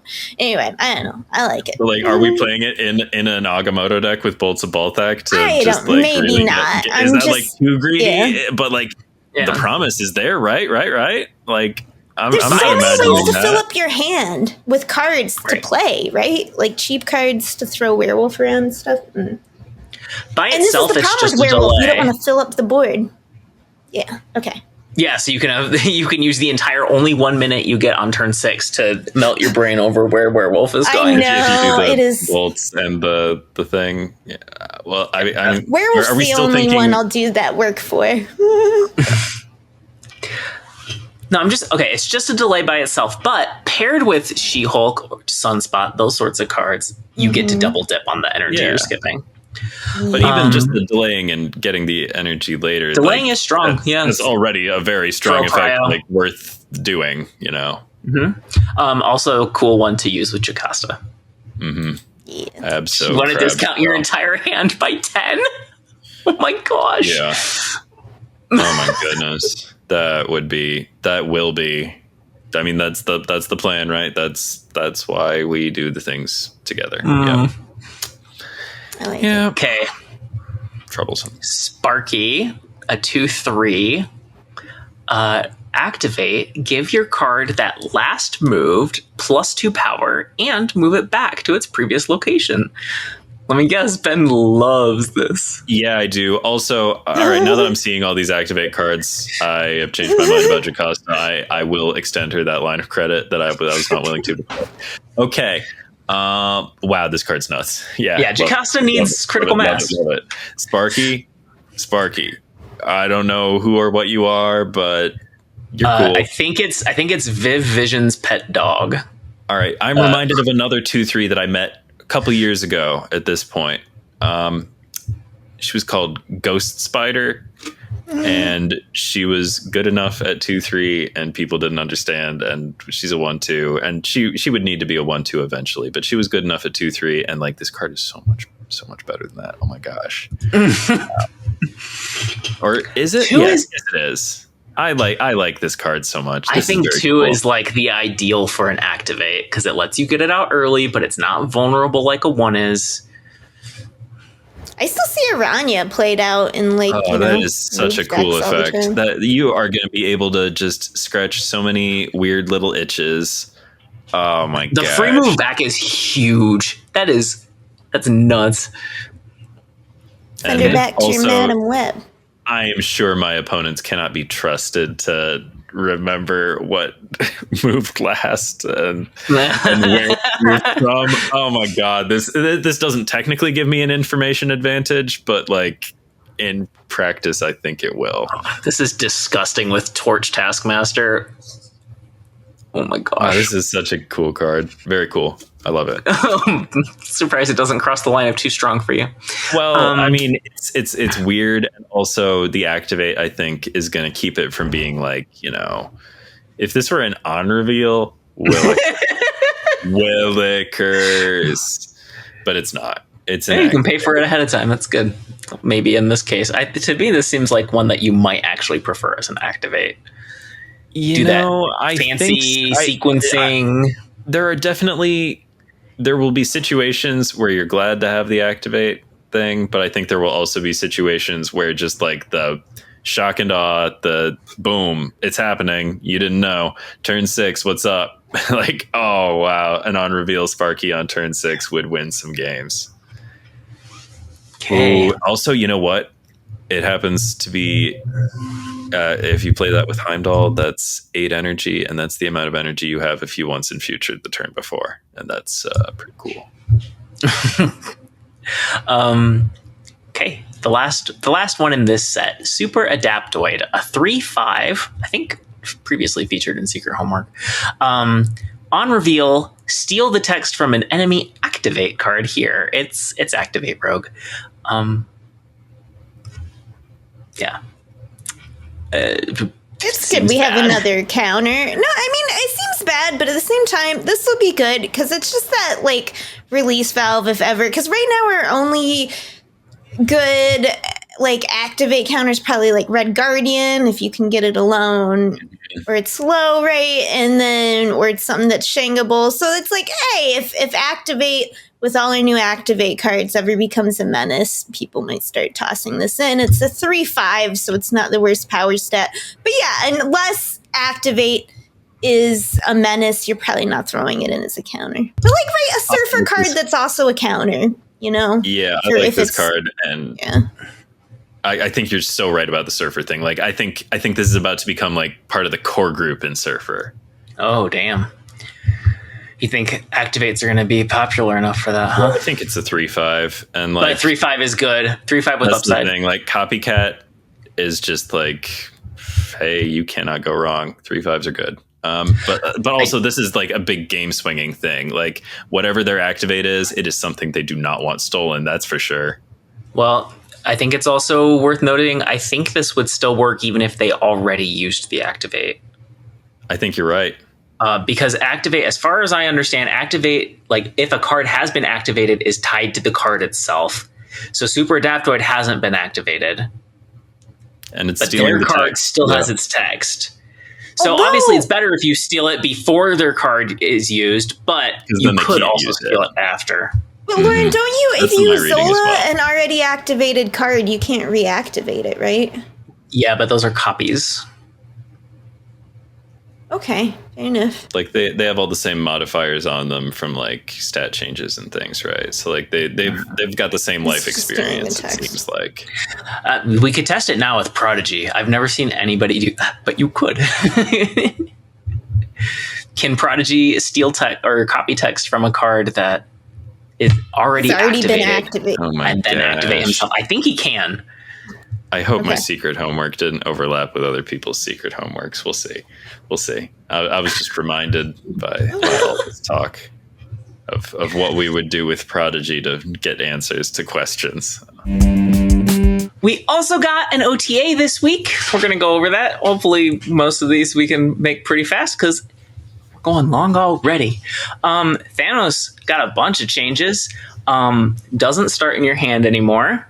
Space Stone gains a power to 1/3, specifically draws Thanos. Time Stone got its card drawback. And Reality Stone gains a power to 1/2.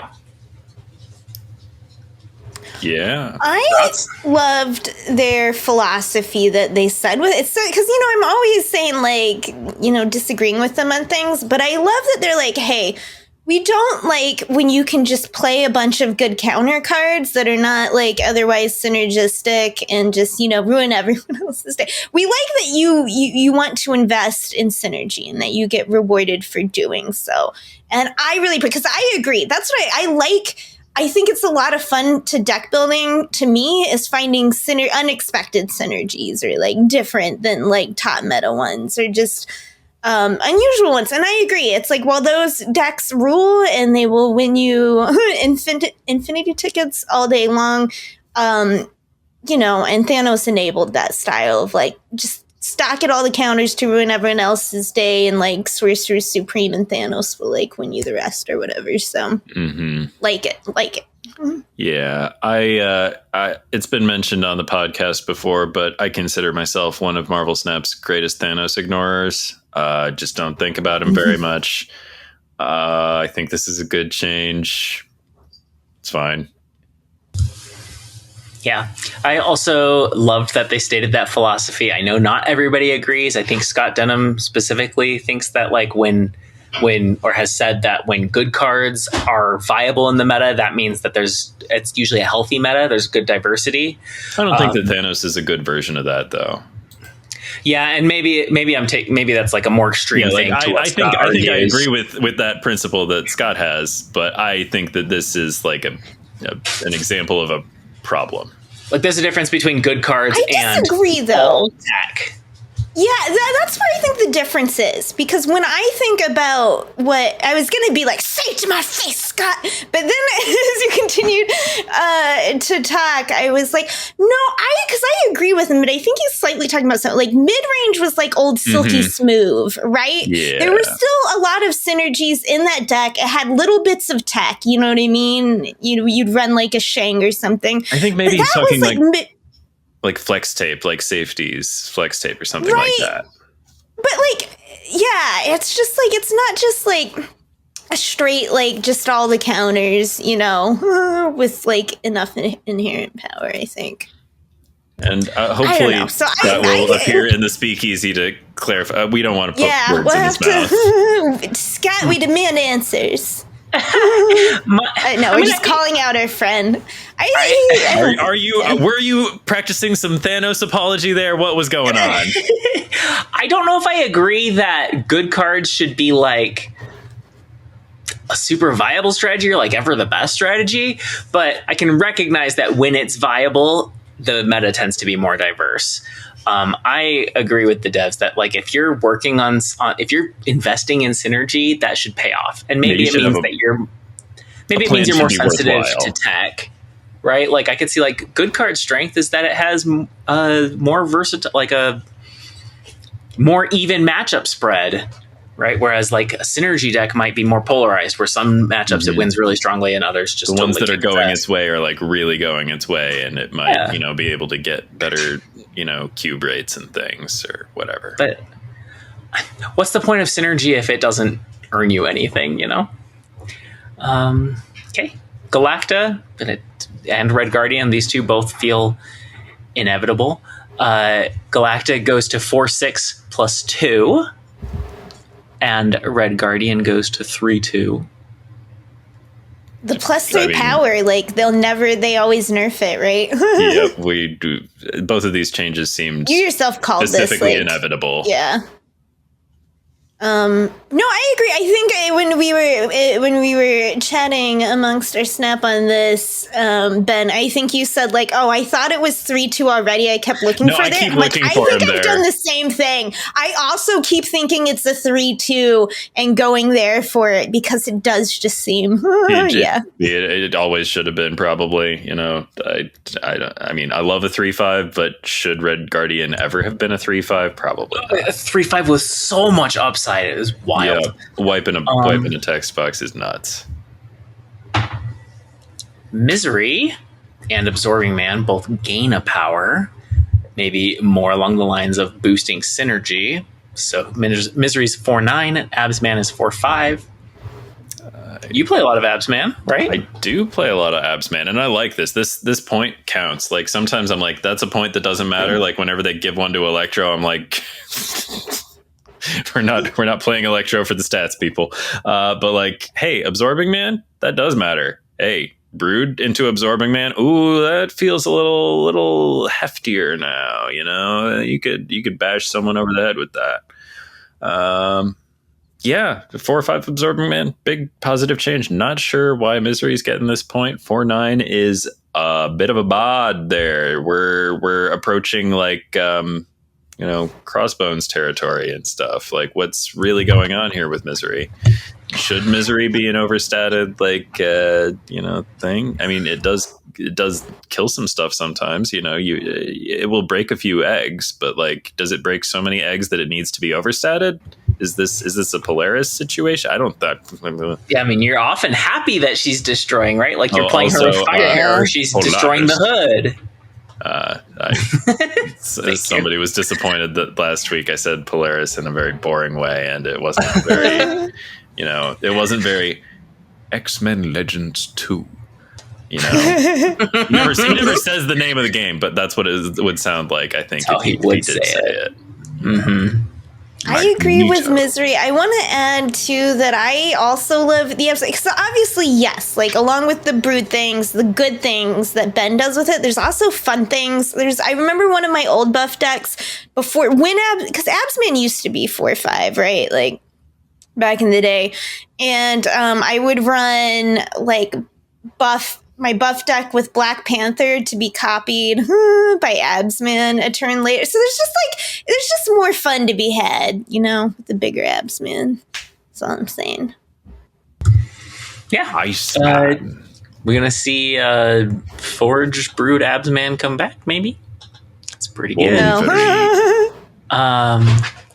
Wolfsbane 3-1 to 3-2. I actually don't love this change because she's most commonly used as like a swap for Sage, and that doesn't work in Ravonna and negative. Right. If you make this change. I will say a 3-8 is a lot more appealing than a 3-7. A 3-7 to me is like, what are we doing here?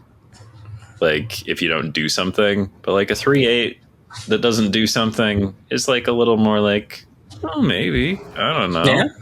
But it still feels, you're right. It still feels she occupies that same spot as Sage in most places where I'm thinking about her in a deck, and I'm always picking Sage over Wolfsbane generally. Yep. But I guess they felt like they could do this without messing up the early game. I think Rhino, it probably makes the transition from the early game to like when you start seeing all these like late series cards and stuff. Like, it would be nice if your low series cards could like hang a little bit better. Yeah. I think this is probably like positive for early game players, like in a way that they will feel. So I applaud that. Maybe this is like a Shang thing where it's like it's always better to go from 9 power to 10 power, even with Shang out there. It's like maybe it's like that where like going from 1 power to 2 power is always better, even if you lose certain synergies. But I don't know. No, but nobody was playing her in Ravonna decks, right? Like, were they? I tried. It's tough to play her. That's I loved Ravonna, I tried, but like, and it was tough. She's my go-to sub when people are like, what do I do for Sage? Oh, Wolfsbane. Rhino goes from 3-6 to 2-5. That's a big change. -1/-1 is almost always a buff, with, of course, the exception that he's no longer a Surfer card. RIP, Rhino Dreams, Surfari. But now you can curve right into him with Merlin. You go Merlin, Rhino, spell. Yeah, that's true. Merlin on 2, Rhino plus cool. spell on 3. And 2 out of the 3 spells are specifically good with Rhino, so... But 2-5 is so big. Like, this is so good. This makes me want to put, like, together an old, like, Sarah deck where you're just going to drop a bunch of, like, high-powered 2s at the end, and they can't really do anything about it. Like, I'm into it. I'll throw Dazzler down with Rhino on last turn with a bunch of other... Yep. Like, that's what I want to do. I look at the competition, these Maximus and Lizards and things, and I'm also thinking of like Silk and Spider-Man, and I'm like, does Rhino do enough? I mean, like some of those cards don't do anything. Like, Lizard, he has a thing that you would like to get rid of, but I don't know. Like Spider-Man's a 2/4, and he has like he's got a very strong effect, and Rhino's a 2/5 and has an effect that like you want to make the best of, I guess. You don't play Rhino unless you have to be doing something. You have to have a plan for it, like pretty much. For sure. You want to be reusing and recycling and all that. Yeah, I like it. Ancient One, the Dal Mandala goes from 3 cost to 2. I think I said in my Ancient One review that either Ancient One or Dal Mandala needs to go to 2 cost. This falls exactly within the parameters you described for what she might need. She's just too expensive, and this is a lot more intriguing. I do think it's interesting they didn't do 2 and then 3. Like, that would have curved out better. Would have liked it better, yeah. But this is fine. Like, you would rarely be playing... You'd hardly ever play Dal Mandala on 3. Right? No, like there would be no reason to do that. You need more targets for it to hit. So this is probably fine. In fact, this is probably better. Do you think it's enough though? No. That's what I think too. I think they would both need to go to 2. I think Ancient One and Dal Mandala would need to go to 2. Yeah. There is or something. right, but there's a point where Ancient One and reducing costs goes from being totally or mostly useless to like way overpowered that you have to watch for, true. you know? There is definitely some line and things get wild past it. I don't know. It's not a card I think about very much, and I don't think I'm going to. An interesting and timely change for Ironheart. Instead of giving 3 cards plus 2 power, she gives 2 cards plus 3. That's definitely better. Much easier to curve out. Yes, I don't know if it's better to spread in more locations or less. Oh, no, this is a very good change because now you can play Ironheart on curve. Yeah. Right, Like, yes. This is so huge. I totally agree. That's the biggest problem is that often you're like, this is the only 3 cost or like, you know, that I would even Very want to often, play. And then you're giving up that 2 power because like, you don't you're have settling for enough stuff 3/4 Ironheart, and it's just not a good feeling. Mm-hmm. Also, Dominique Thorne, I think, is the actor's name. She's great too in the show. She just doesn't take her shirt off with the frequency that Anthony Ramos does. There are plot reasons for it. I mean, are there? Who knows? Mm-hmm. Yeah, his skin's extra sensitive to the sun or something. I don't know. Yeah, he's got a thing going on.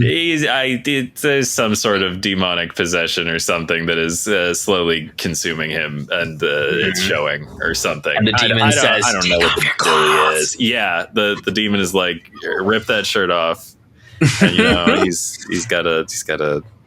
Yeah, I don't know. I don't want to get too. Just watch the show. I've been enjoying it. It's lots of fun. It has a pretty serious grief plot line that I was like, "Ooh, this is a Black Mirror episode," but they took a much more optimistic, as one might imagine. They did not want to adopt the tone of a really bummer Black Mirror episode, so they didn't, and it won't bum you out that much, but it will still deal with some heavy issues. So yeah, I don't know. Loss. We're all thinking about it. Okay, Professor X. Like it's a meme? Okay, Yeah, that's the first place my mind goes to. Is there a meme? Like, What meme? Oh no, this is too long of a story. We can't explain Lost to Ben right now. Anyway, it's a meme because you can represent it with just like 5 lines, and people are like, "Oh, that's Lost!" Like you can hide it everywhere. I'll send you. Once you find it, you're sad that you ever found out about it. Now you have to see it everywhere. It's the dumbest thing. People reference it a lot. Okay, Professor X. I don't know about that. Now only locks down characters, so you can place skills behind him. This change actually, I don't know when it happened or if it's always been there, but I've been playing skills behind Professor X this week, so it's cool. I won at least one match by using Dormammu's Ritual 1 that way and ruined a Cerebro, so you know, unexpected to play a skill there. I think Polymorph is really cool. Astral Projection might be, but that's a lot of investment into a single lane. Okay. Yeah, I mean, it's fine. I like it as an enjoyer of a lot spells. because I have a lot of cards that move, and I just don't think about him.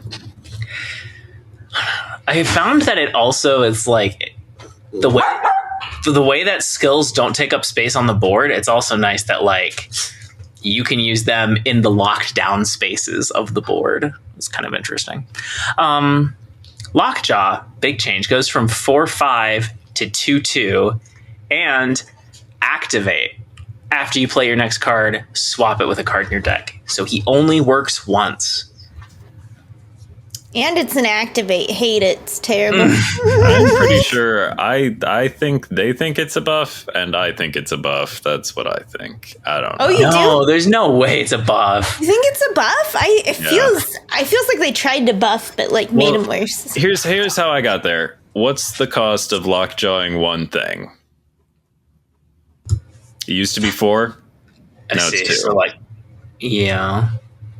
But don't you want to lockjaw more than one thing? No.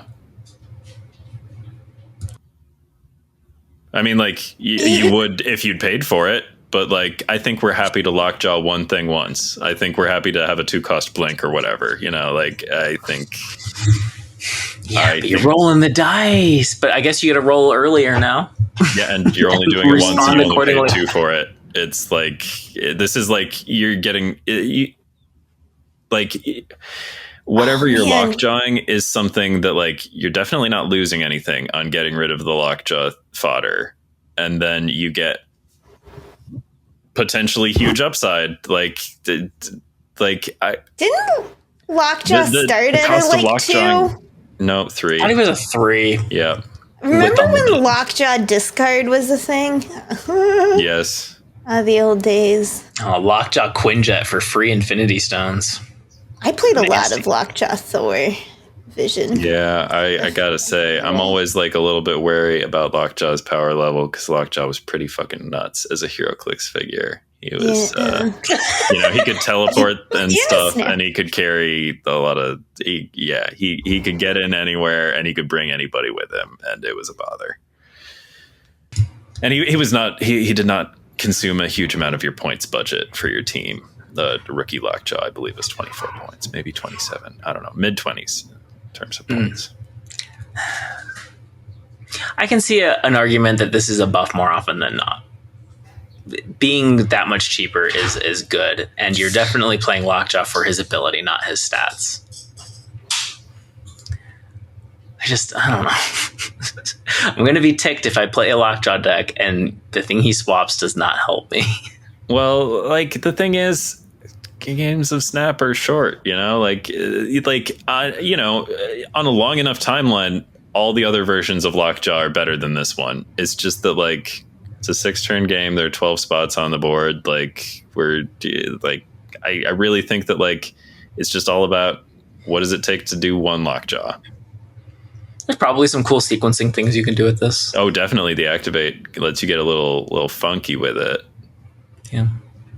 Okay, 2 more like last second changes that got announced. Dormammu discard it doesn't work anymore, as I've already lamented. And also they disabled the VFX for the first ritual, which was locking up the hand. Basically, a giant invisible card floated in front of the game, and you couldn't tap on your cards. This is why I didn't get used to Fanfei being Juggernaut or whatever, moving unrevealed cards. Like you knew it was wrong. No, you start getting attached to these interactions that were not what the developers intended, and then you'll just get your heart broken. But I was telling you before this show, I played OG Kitty, and she was so fun, even though I only got to play her for a couple days, and I just wanted to enjoy this while I could, and that's why I've exclusively been playing. It's not going to make you feel bitter and sad or anything. I'm going to start a campaign to bring back Discard Dormammu. Absolutely. I mean, I'm going to be up in Glenn's DMs. I'll help, but I don't know. I kind of feel like maybe I don't know. I don't know. Yeah. I just wouldn't have let myself get hurt like this, I guess is what I'm saying. Oh, I'm reckless with my heart. I respect that. It's probably better. Probably better that way, Lauren. You end up getting hurt a lot, but different type of vulnerability. Secret homework. On to our side quests. The secret homework this week was assigned by me, and it was to put a twist on an existing game mode, a la High Voltage Overdrive. I wanted to do Sanctum Showdown because that's up now, and it's a mode that I like a lot. And so I propose Sanctum Showdown Clairvoyance. And I thought of a lot of funky things you could do with this, like there's a random effect that happens at every game, like once per game, and you know what it is, like a global rule that changes every game. But I'm like, that's too much like Overdrive, even if it doesn't get triggered, if it's like always there. Keep it sweet, keep it elegant. This is my change. If you snap, you can see where the next Sanctum is. Ooh. And so in some ways I worry that that's like snowballing, but in other ways it's like sometimes maybe you snap even when you're not going for the lane, just so you can prepare for the following turn. Like I think it adds an interesting strategy twist. Yeah. Yeah, absolutely. Okay. Reassigns next week's homework. Ben, what game mode did you twist? All right. The game mode that I chose to twist, I was so worried somebody else was going to do this. I thought about coming up with like I was not sure which modes might be safe because there aren't that many modes, right? All right, so the mode I've chosen to plus up, to revamp, to glow up, and to just give the juice. Anywho, it's friendly battle, and my twist is called the Danger Room Update. Because you know what? It's exciting to call things the this and that update. I've learned this from Hades too. Currently, we've got the Unseen update. And before that, it was the War Song update. And it's easy to remember what comes. It makes it easier for everybody to talk about like it. That last one, that one had Ares in it. That's why it was the War Song update. So this is not like the Danger Room season. This is just the Danger Room update to Marvel Snap. And everyone will get so excited they'll just lose their shit. Anywho, friendly battle. What are we doing to it? We're making it easy to just like practice, to test things. You can play any game mode. It can be a regular Marvel Snap game. You can invite a friend. You can play against bots. You can, if I trusted them to implement something like the Gambit system from Final Fantasy XII, a PlayStation 2 game from 20 years ago, I don't trust them to do that. But if I did, I would say that you could program Gambits for the bot that you wanted to practice against or whatever. Is that strategy?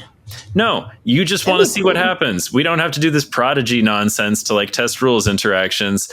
You just like get in there and like do the things, or you could make it so that like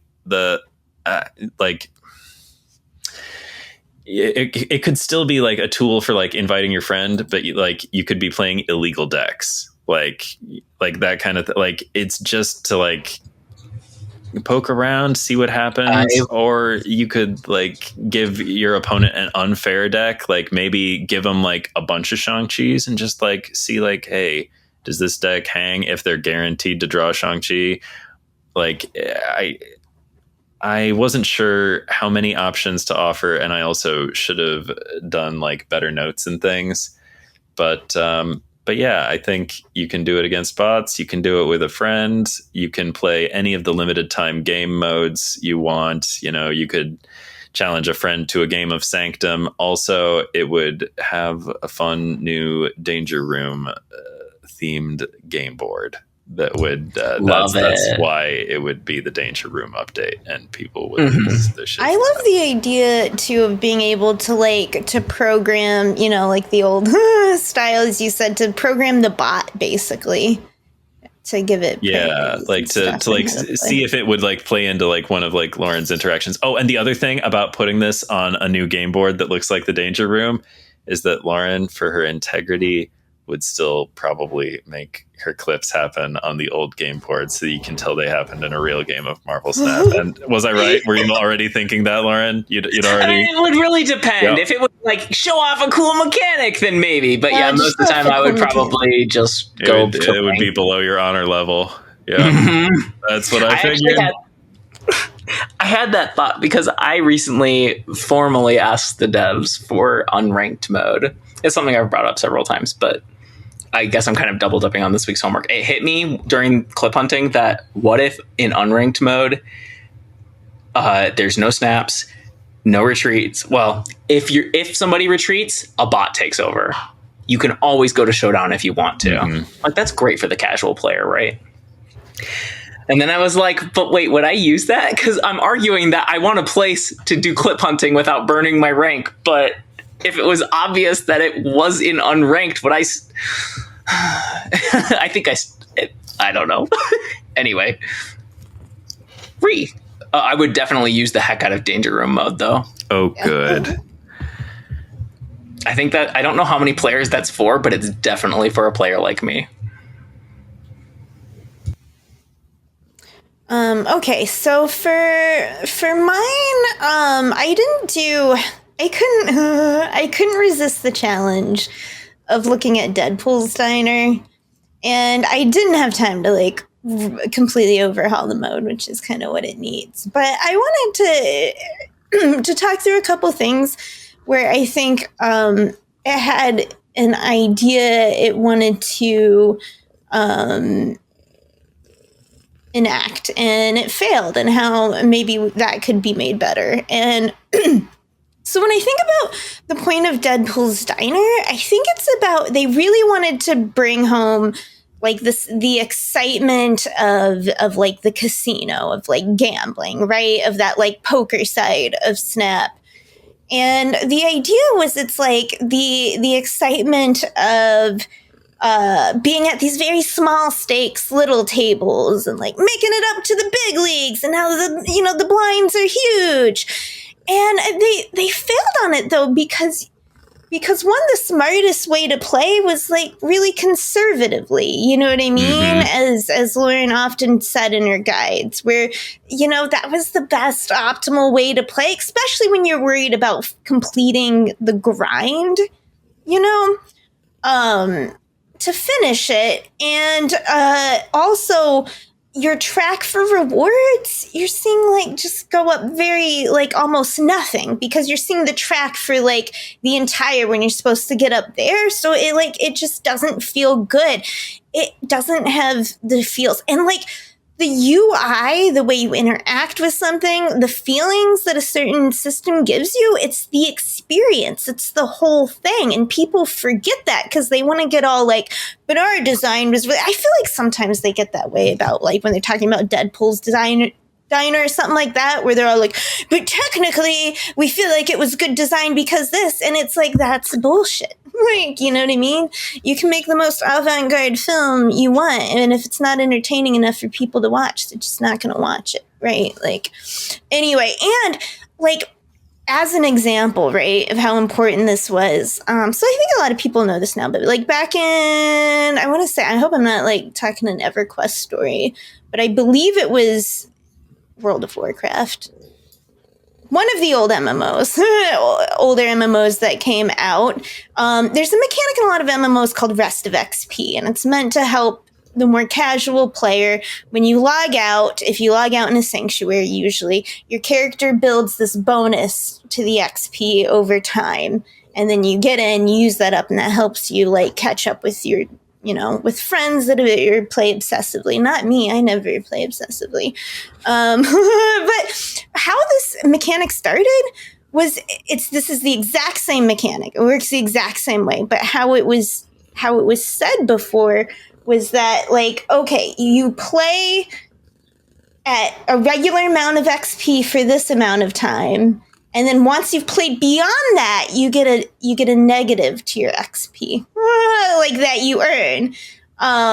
So like that was, it's the same mechanic, but I've just stated it differently, and that's how it was stated by the UI in the game. Like, okay, once you've played this much more, you can only gain XP more slowly, and gamers hated it. I'm gonna be punished for playing the game more. I play the game more, and I get punished. And now they're like, okay, we've brought it back.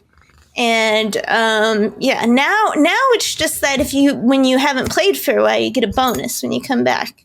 It's the exact same thing, but the feeling is different, and that's what matters. It's the same way how they talk about having made Quicksilver to show people that you don't, need mulligans or whatever. So, wow, I got way off track. Anyway, so like Deadpool's Diner, how do we bring back the excitement of the casino, right? And I thought, well, the first thing it shouldn't be, I feel like you want it to be big. You want it to be big, flashy wins are what matters. So I think the important thing is getting up to the new table, and getting up to the table gets you the rewards, or just winning one game at it, right? You're not trying to grind into the next category.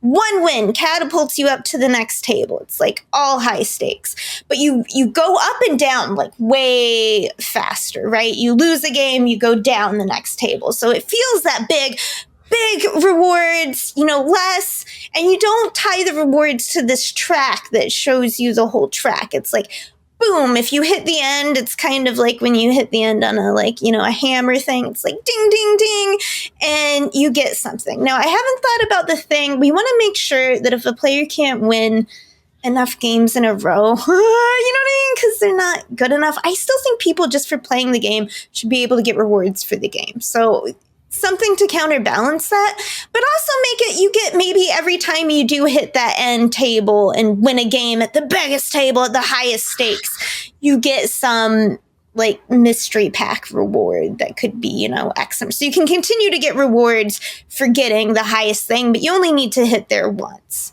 you know, to get the big reward. And you can have that big, I won the game and now I'm to the next level. And then you lose. Not this like, let me play conservatively to get enough wins at this table to go to the next one. No, you win one, you win it big, you move up, feels good. So, I mean, and there's a lot of other things we could pick apart about Deadpool's Diner, but this has been a long enough podcast, and I will rest my case there. I was hoping you would pick Diner.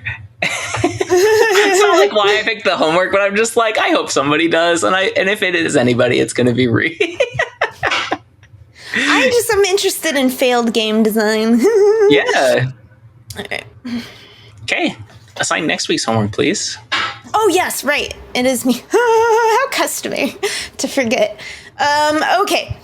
I am not being lazy at all. I certainly did not think. No, we're doing a part 2 as I promised both of you, and you were both pretty good and didn't bring too many extra video game related music to share, you know? Pick one thing. That's still the rule. Just one.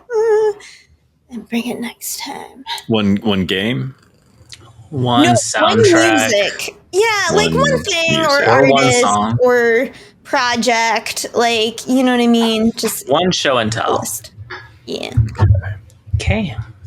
That sounds fun. I certainly have some in the queue. What did I pick last time? I think Sword and Sorcery.